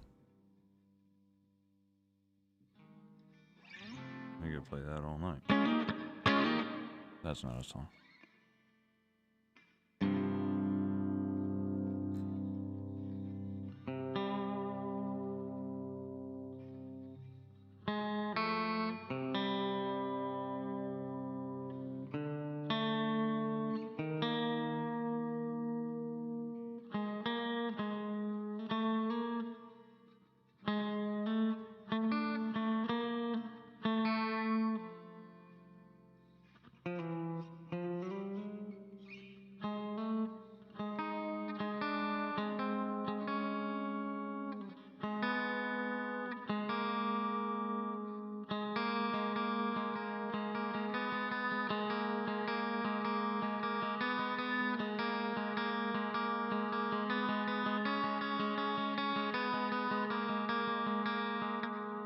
That's a good song.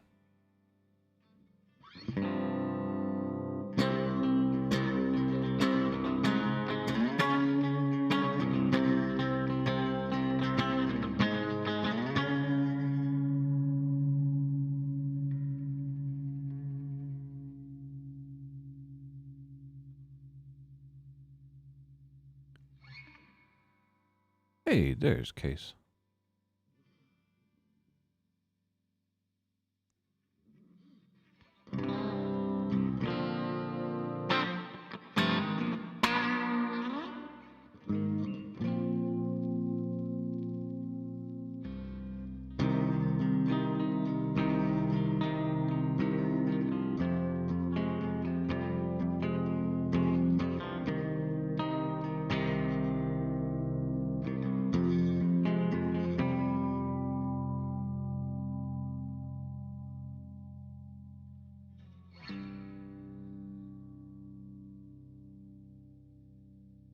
Okay, I'll do one.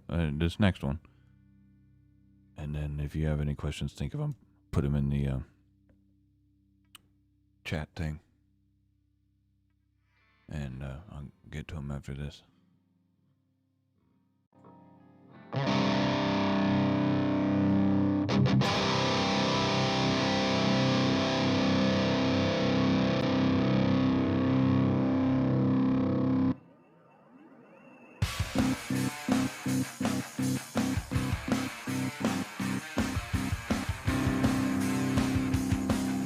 I'm gonna mess up a lot in this probably.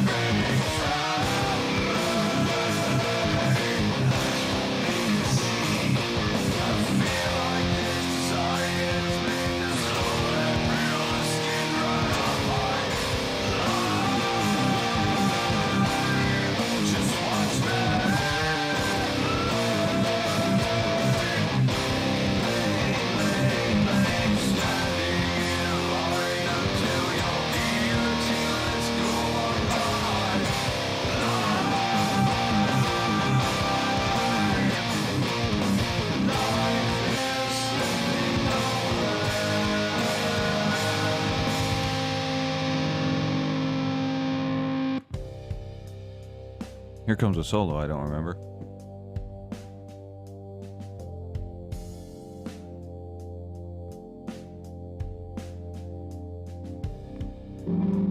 Nobody cares about this solo anyway, so if I mess it up, it doesn't matter.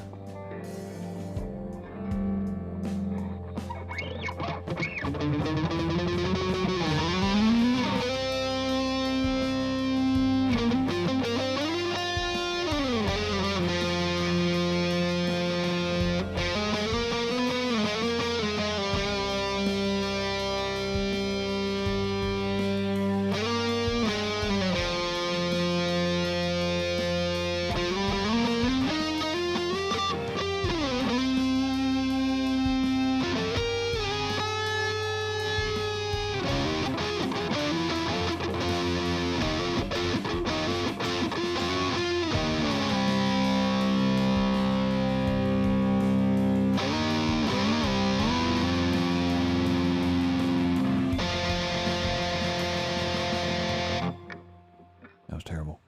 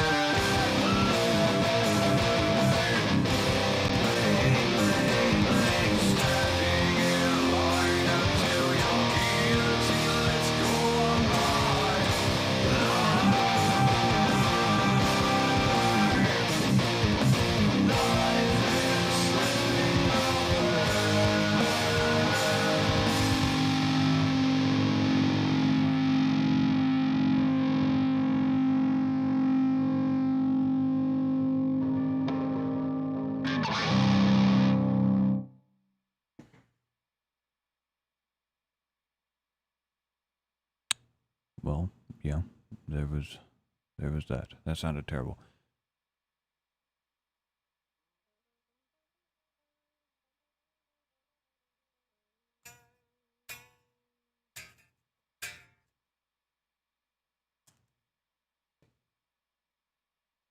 Wasn't that Seether? One of the songs that I played was, yeah. Well, not the entire song, just the intro.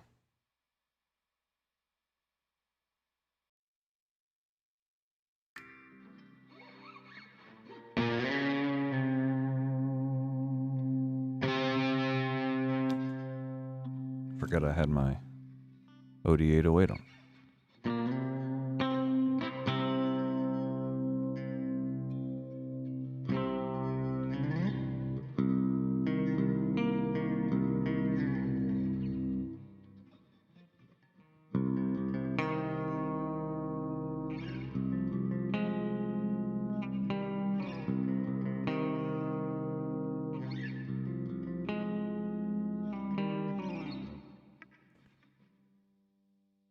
Does anybody have any questions before? I mean, do we really need to play Cry for the Lost? I'll let you decide. I will wait. And I will talk until you decide. If you say no, it doesn't hurt my feelings. It's just an instrumental song. It's a very sad song. Yeah. That's why it's called Cry for the Lost. I wrote it because I was thinking about the first brother that had passed away. Let's see, what are your plans for stenosis moving forward? That's a good question.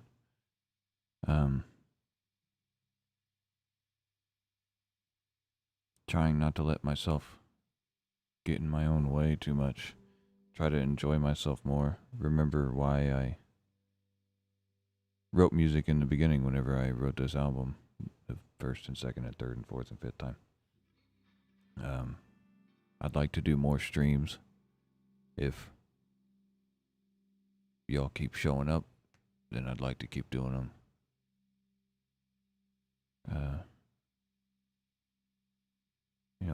Figuring oneself out is quite a mountain to climb.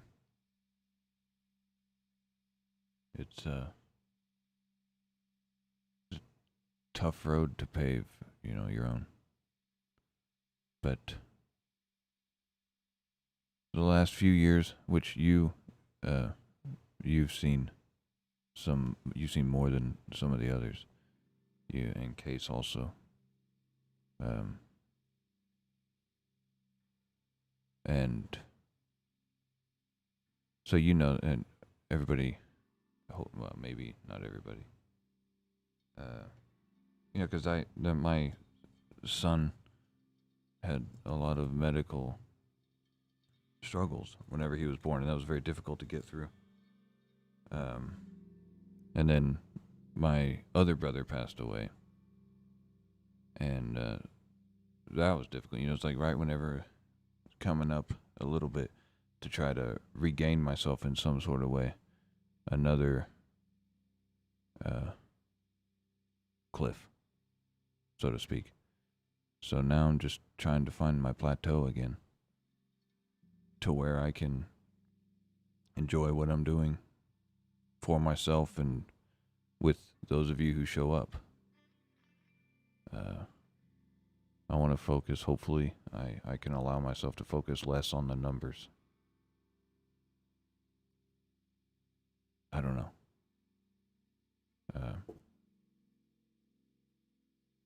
Hopefully that's the case, and yeah. Will you ever release bass guitar tabs for Scream Therapy? I don't know. That's a lot to tab out, and I don't know. I mean, I would have to sit, of course, with the songs and figure them out. It'd be a lot to tab out, and I don't know if there's a program to write tabs out in, or how it would work other than sitting down with a pen and pad.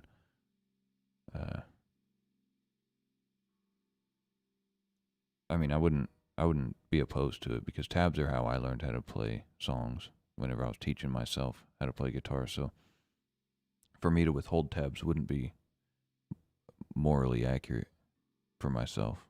That's a good question. I'm glad you brought that up.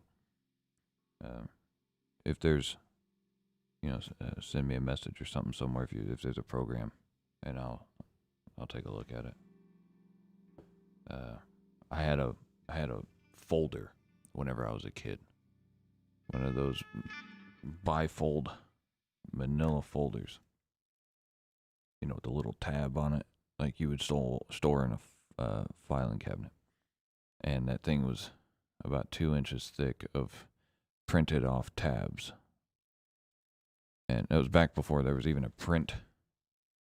I mean, it makes myself sound old, but I'm not really that old. Before there was even a print within their browser, so you had to just print a page. And Metallica tabs, and lots of Metallica tabs. And other bands at the time. And that is how I learned how to write songs. I'll tell you what I did. I learned, so as far as drop C goes, Metallica taught me how to play in standard tuning. And what notes went together on a frequent basis in standard tuning and with the genre. And what I did was I started playing in drop tuning. Drop C, which is this. Well, actually, more accurately, it's drop C. And I learned Breaking Benjamin's So Cold, Follow Me, Follow You, Breath, whatever it's called. And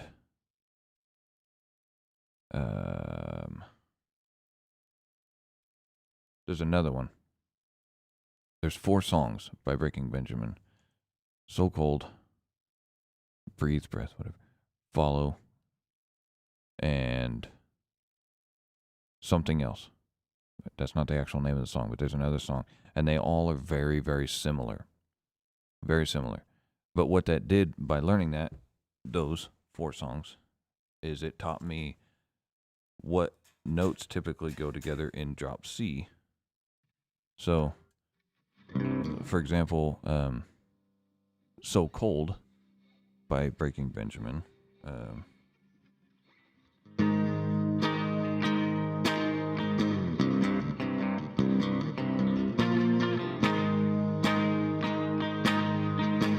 This is a chorus, by the way.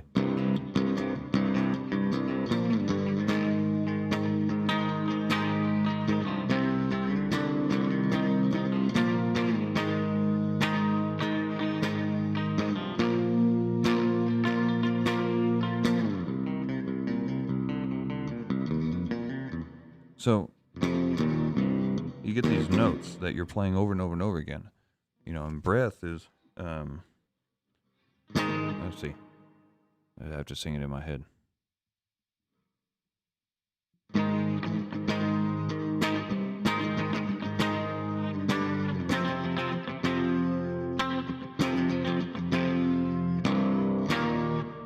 Or whatever. But what that did was it taught me, okay, they do open and then follow.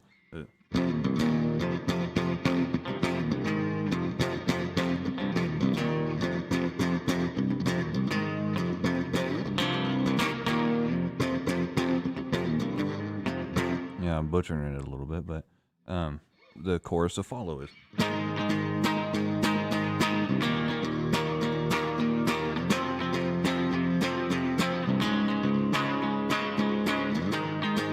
And those are all the same notes, just in different tempos and in different order. And they all start on that or. And so it taught me that this note accompanies an open a lot, and it transfers well to this note or this note or this note. And then you had the outlier in follow because it. Oh no, I guess it was the same note. But then Godsmack. So you have Tony Rombola, who he uses the 6th fret a lot. So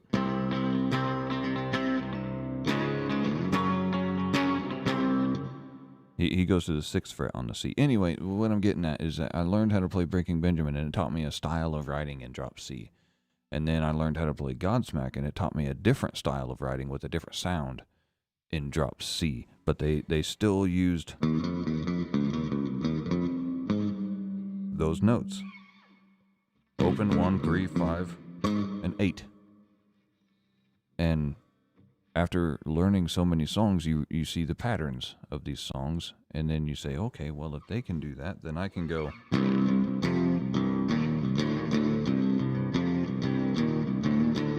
And that's Known. It's my song Known. Or you can do the chorus to One-Sided.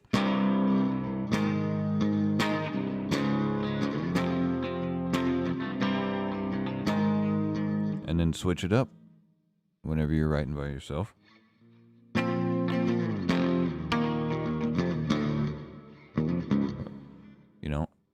And that's how I came to write the way I did.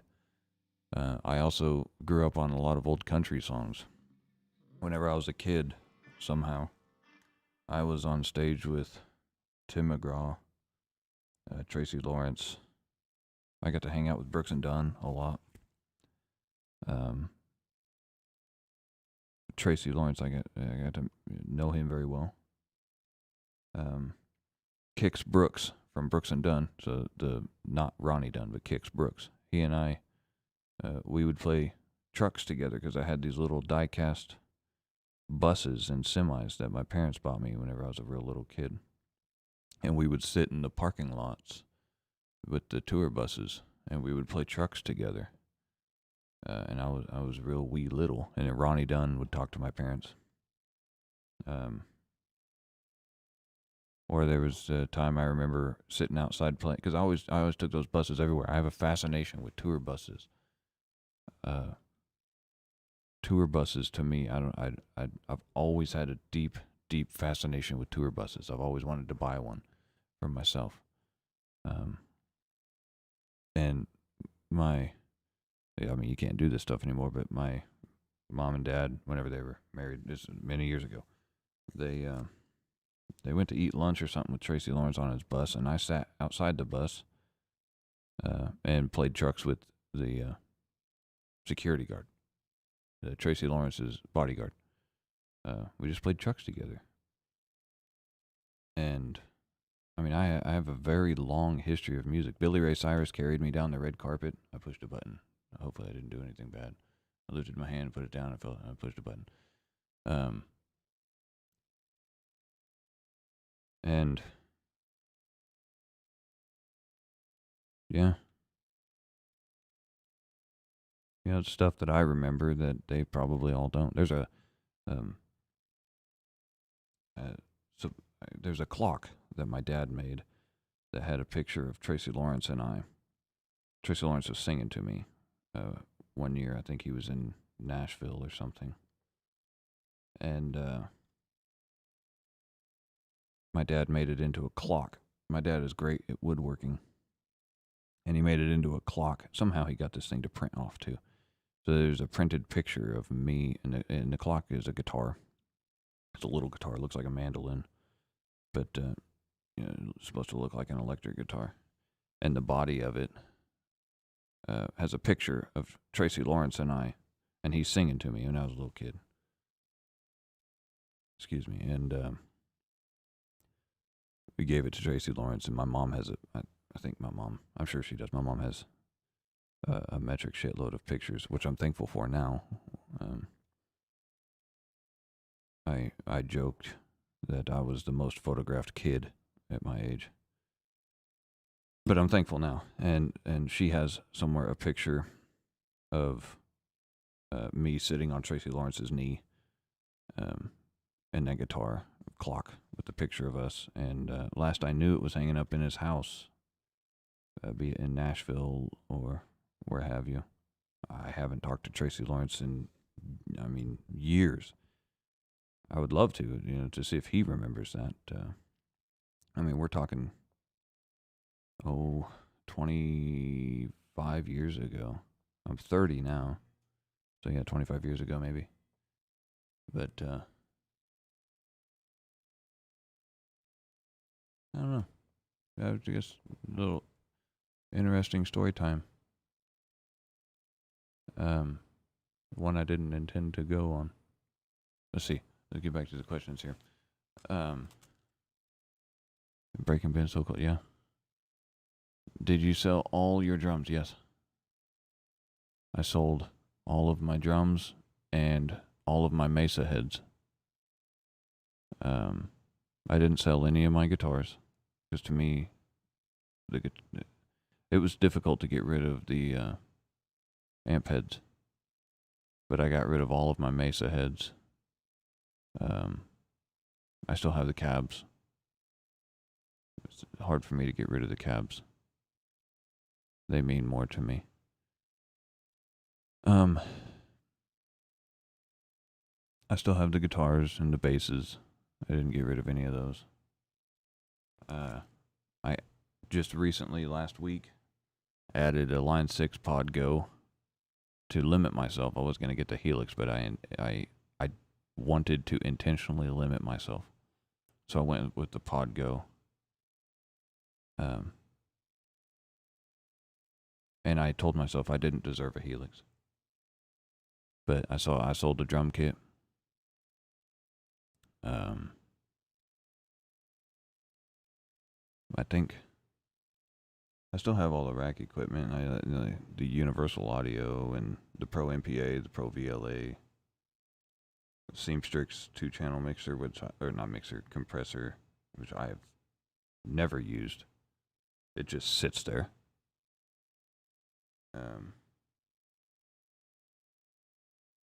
I didn't sell any. No, I did sell a microphone. So the microphone that I did all of the vocal covers with in Washington, it was a what the hell was it? It was a CAD. It was an original Made in America CAD E100. An original E100, not an E100S or ES100, whatever it came to be. I sold that, which that was difficult too.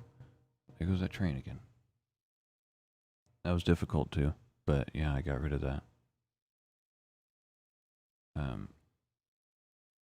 And I guess in a way you could say I was intentionally putting myself in zones of discomfort because life was so turbulent. I guess in ways it still is, but I was forcing myself to make changes, and it didn't work immediately, but um, yeah.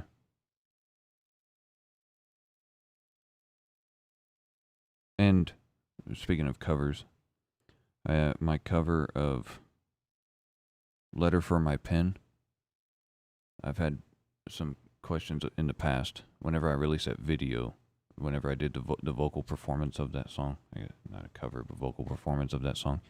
And at the end, I said that was almost a disaster. I'm either asked why it was almost a disaster or if I intended for my earbuds to fall out, and the answer is no. That's why it was almost a disaster. In the middle of recording that, because I was actually singing it, my earbuds fell out on the floor behind me, and I had to grab them and bring them back up, and that was very difficult. I mean, a good spot for them to pop out, but also a bad spot because there's nothing keeping the beat in that spot except for your prior knowledge of the beat. So I had to guess where to come back in, which I guessed right, luckily.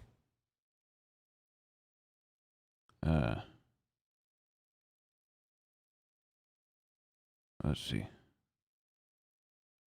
I think you can write tabs in Guitar Pro. You know, I didn't really have. I had a bootlegged version of Guitar Pro 1 way back in the day. In high school. Not even high school, like freshman year, I guess, of high school. I was in a band, and the guitarist had this amazing software called Guitar Pro where you could just type in what you wanted it to play so you could do ideas of record. It was really state-of-the-art technology, and it was whenever you could just drag a program onto a disk and it would burn it, and you could take it home and put it on your computer. Those days are long gone. And so I put it on my computer, and my God, did that sound shitty. That was terrible. Now that I think back on it, just atrocious. I've heard it's gotten a lot better, though.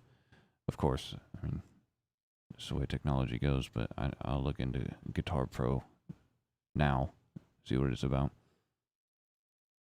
It'd be ideal if I could play it and it would just auto-tab for me. Let's see, funny coincidence. I just bought a Schecter She-Devil model guitar 2 weeks ago. You said she doesn't like drop D. No, mine doesn't. Every guitar has this magic about it. Some of them won't, how do I put this? Some of them won't tell the player until another person plays it. And so, somebody picks up a guitar and they say there's no songs left in this. Well, there are. Maybe just not for that particular player. But yeah, mine does not like drop D. Mine, she just loves drop C and does it wonderfully.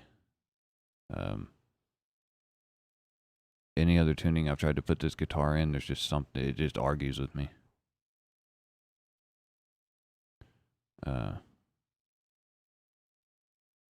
I'd always like to have more Schecters. I as you might have seen, I collect rare Schecters. I used to have 13 Schecters, I think. There's one Schecter I have been trying to get back for years. Well, not back because I wouldn't be able to say which one was mine. Actually, which two were mine, and I was the only person that I knew of, and that the Schecter Guitar Forums knew of, which owned two Schecter Jolly Rogers at the same time.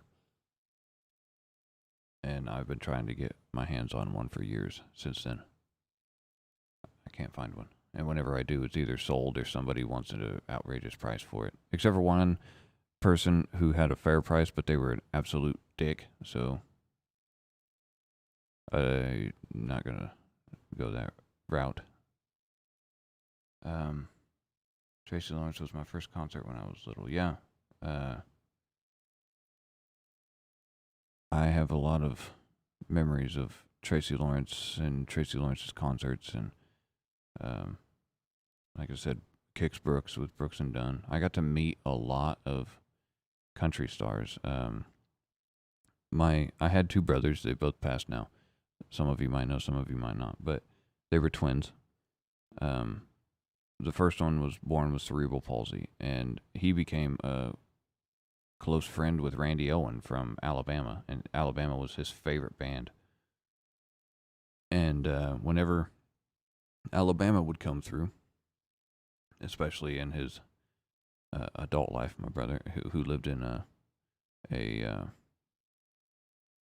it's not a nursing home, it's like a group home, um, in a house, and somehow about oh 15 years.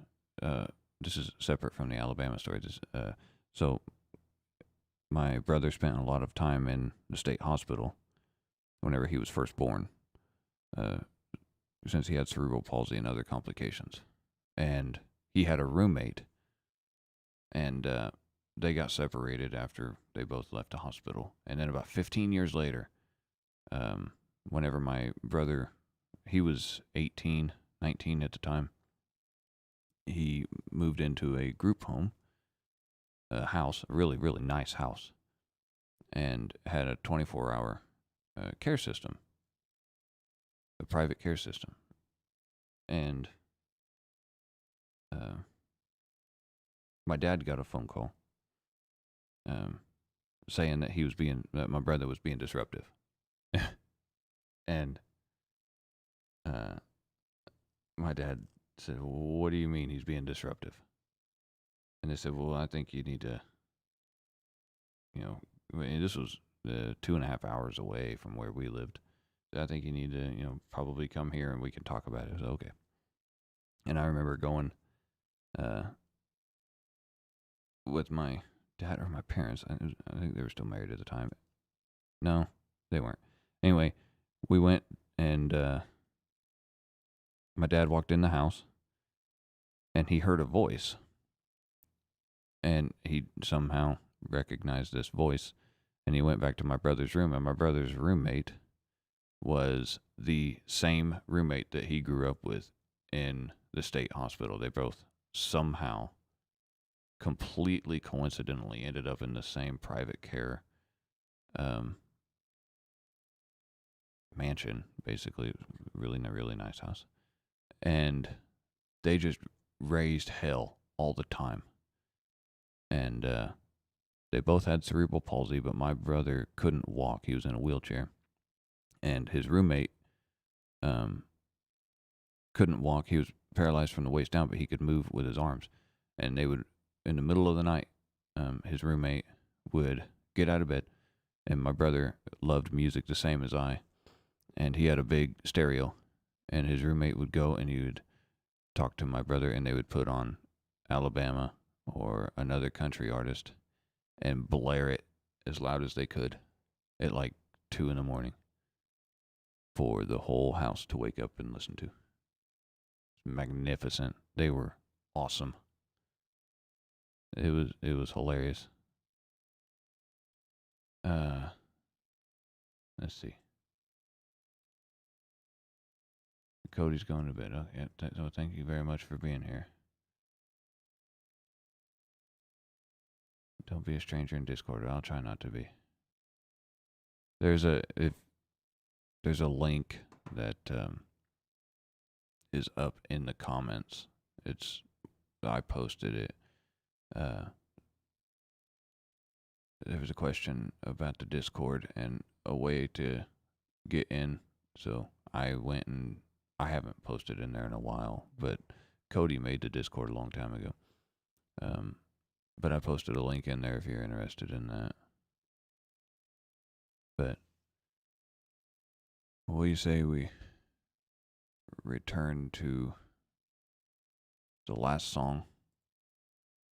which is the second song of the album. And we'll go from there.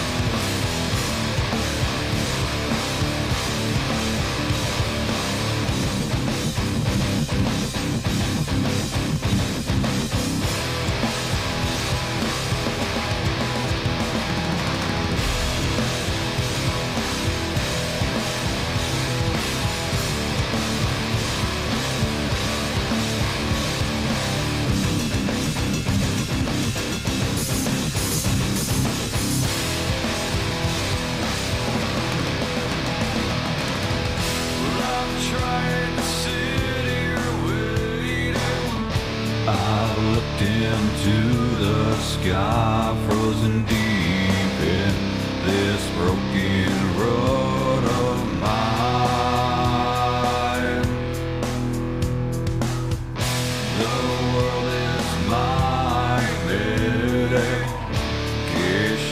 for your fading, licking up the blood of a new life.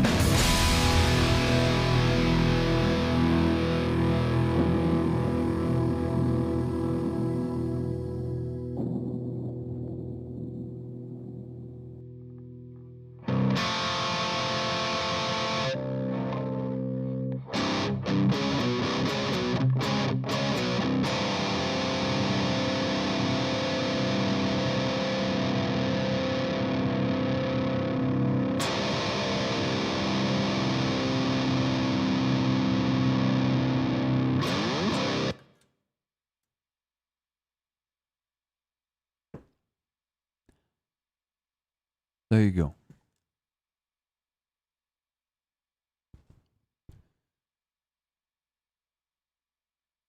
I hope you've enjoyed yourself. I hope you've liked the stream.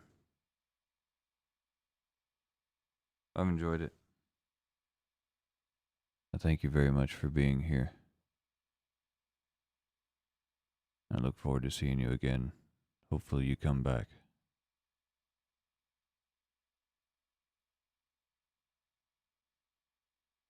The Epic Way of Dying was the first song of yours I heard.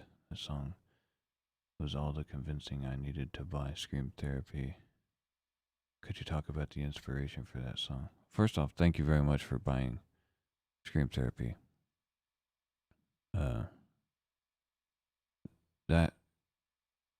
That can't be overstated. I appreciate that. Yeah, I'll talk about that before we get off here.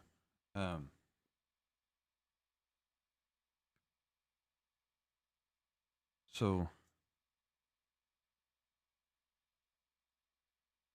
let's see.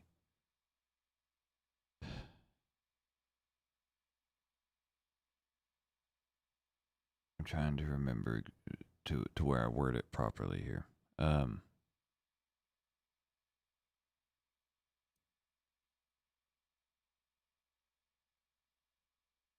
Somebody's going to work, man. Either late or early. I don't know where you're at, but that's alright. Yeah, I was in an apartment, and I was listening to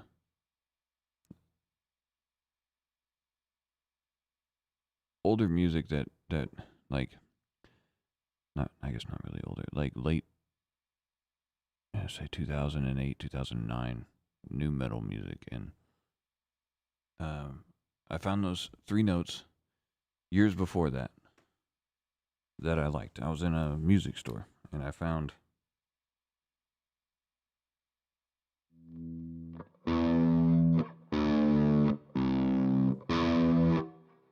and there was this keyboard that was turned on in a music store, and I found those notes.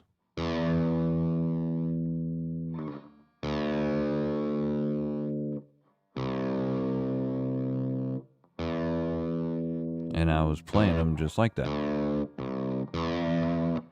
I was just going through and playing them single note, and like it was like C1 octave or something like that. It might even be like a C0 octave, which is an octave below this.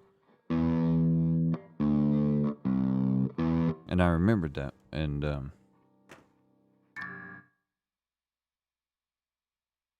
that always stayed in my head. Those notes, they felt different to me. There was something about them that I could not get out of my head.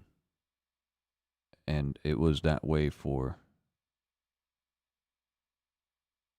3 or 4 years until I actually wrote The Epic Way of Dying. And The Epic Way of Living was not intended to be a separate song. So The Epic Way of Dying, I wrote like a manic or a deranged individual. I would spend hours just writing and playing with sounds and just be so entrenched in the process. And I had The Epic Way of Dying, which started off with a long intro, very long intro. It was, I want to say it was probably close to 3 minutes before I even started singing. And then I was thinking, well, I need to have something a little more digestible than that. And I felt like there was something more in there. And so I spent 9.5 hours, an entire night. I stayed up. I was up for over 24 hours. And because it was a weekend. And I worked. That was whenever I had a day job that I went to full time, and I worked Friday, and then Friday night I stayed up all night until Saturday morning. It was like 7 a.m. Saturday morning whenever I finished The Epic Way of Living. I remember it was a 9.5 hour endeavor of me just being lost in this process. And I can sit here and tell you I don't know how that happened.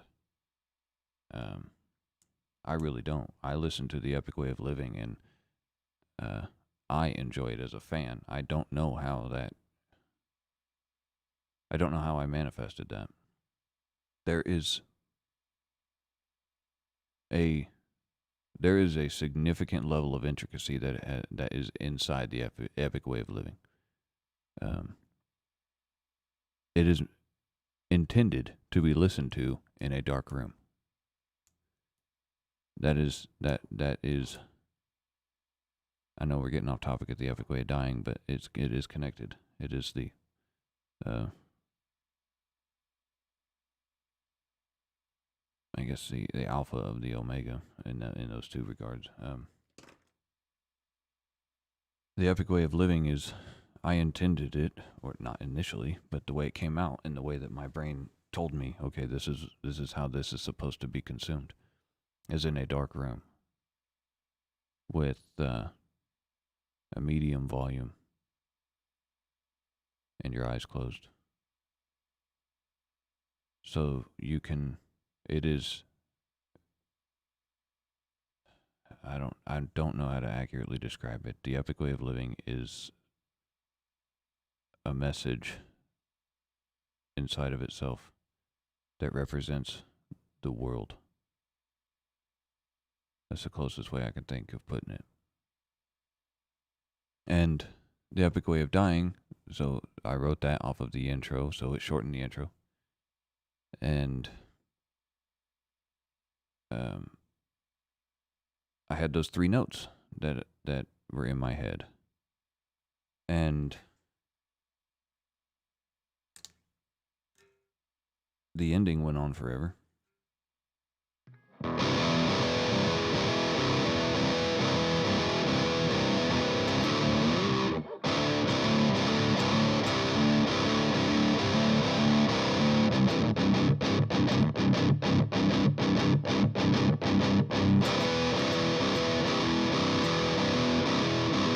And I took those 3 notes because I was sitting in my apartment, and take the distortion off for you. I was sitting in the apartment, and I was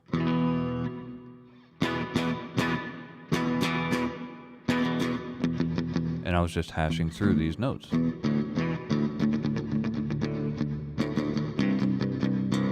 Trying to find something, and nothing sounded right. And I was sitting there, and I did exactly what you just heard me do.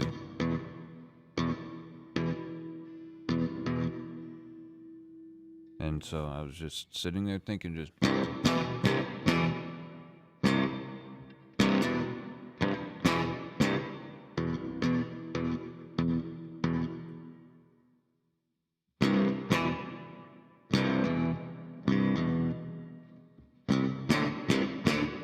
And I was being sarcastic with myself, really. And I was thinking, okay, well...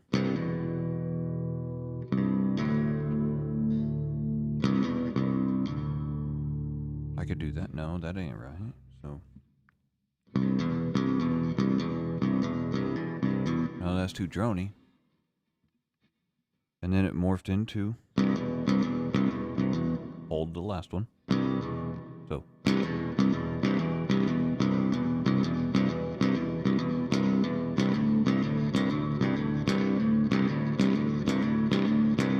And I was thinking, well, I need to go somewhere from there. Oh.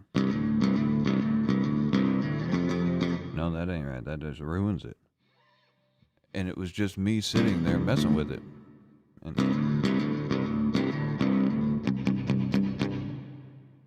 well, no. And I would hear the drums in my head.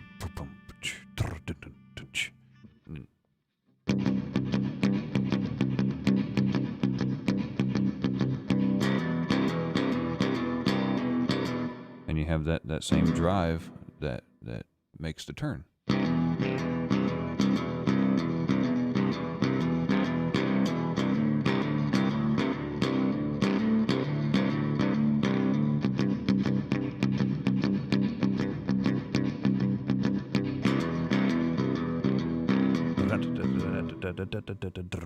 And that was a fill that I came up with sitting on that Roland TD3 drum set. I would play the song, just trying to find the drums beat that was inside of it that I could play, and I was being sarcastic. I mean, it crawled out of itself by me getting out of its way and out of my own way. And that was me playing on the Roland TD3, and then I mapped it. And then I had the music part, and I showed it to my cousin, the one I mentioned earlier. And I remember him saying, and this was before I had other songs of Scream Therapy finished, he said, if there's any song that'll get you signed, it'll be that one. Which, at the time, I didn't think anything of it, but I did not know how many people would like that song. I didn't know how well it would catch on. I really didn't. I didn't write it to be that way. And with the lyrics, I had the song. I put the song on repeat. On whenever I'm writing lyrics, if they don't come to me immediately, I'll put a section on repeat, like a verse or a chorus, and just play the verse part over and over and over and over and over again, and eventually that song will tell you what it wants to say. It might not be that day. It might be something, and it's happened numerous times where I've had to play a song on repeat over and over and over again until I'm tired of it, and it won't be but 2 months later, 3 months later, it'll just snap into my head with the words. And with the Epic Way of Dying, it was kind of like that. I remember I was so frustrated. I thought to myself, I can't write a song. I'm not capable of writing music because I can't think of these words. I can't think of what to say in this song.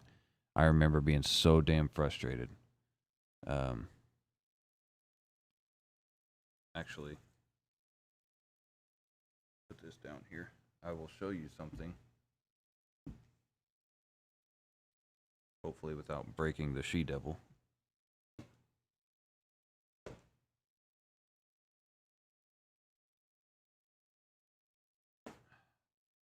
This notebook, I think, yeah. I put this together about a year ago. I found all of my old lyrics books that I'd scratched over, and all of these pages, I mean, you see, this is where I was writing before I even called my self stenosis. I was signing it right here I used to do that a lot. I would just sign things over and over and over again. But, let's see. There's also little pieces of paper that I've written on if I was out and I wrote on a napkin or something that have lyrics on it. That hasn't turned into a song yet. And all of these are just waiting.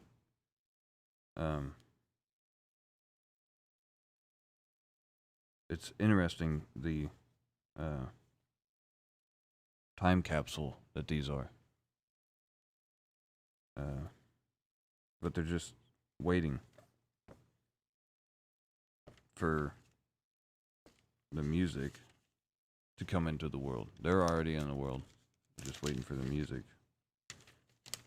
And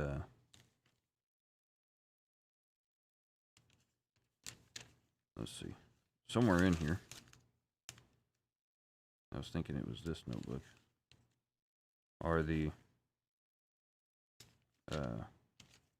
original lyric sheet for the Epic Way of Dying. And I actually was going to call Scream Therapy. I was going to name the album Red Ink because I wrote most of the lyrics in red ink. I had a red ink pen. There's really nothing more fancy than that, I guess. Well, like right here, these are the lyrics for Weak and Desperate. You're lying there in your bed, staring up at me. Close your eyes, pray to God, grab your Bible, start to read. And it's written in red ink.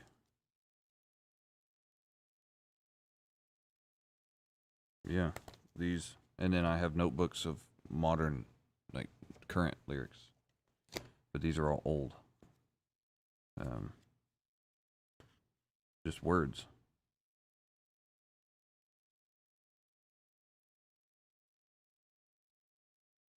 And it's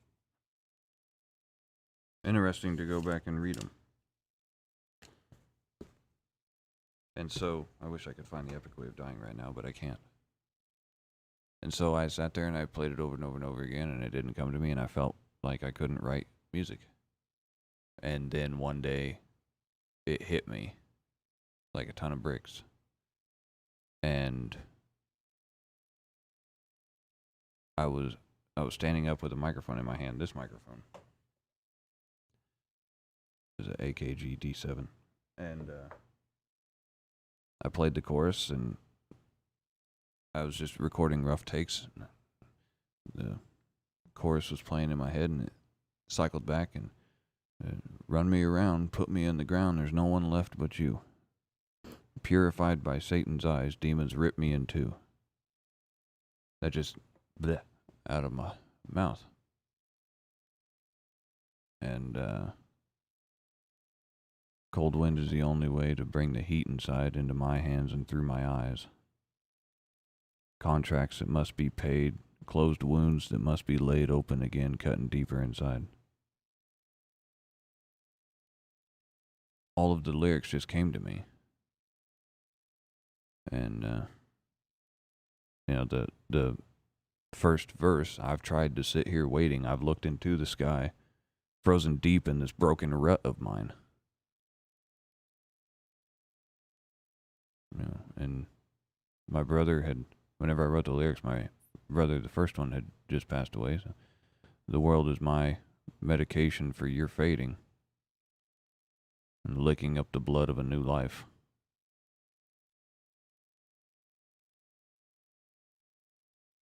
Profound. The epic way of dying. So, I hope that answered your question. That was a long-winded answer. That's how the song that most people love came to be.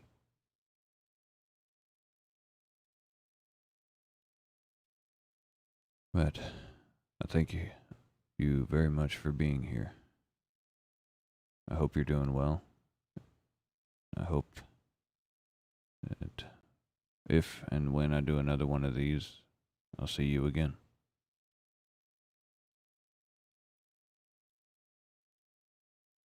Yeah. Hope you enjoyed it. I'll talk to you all later.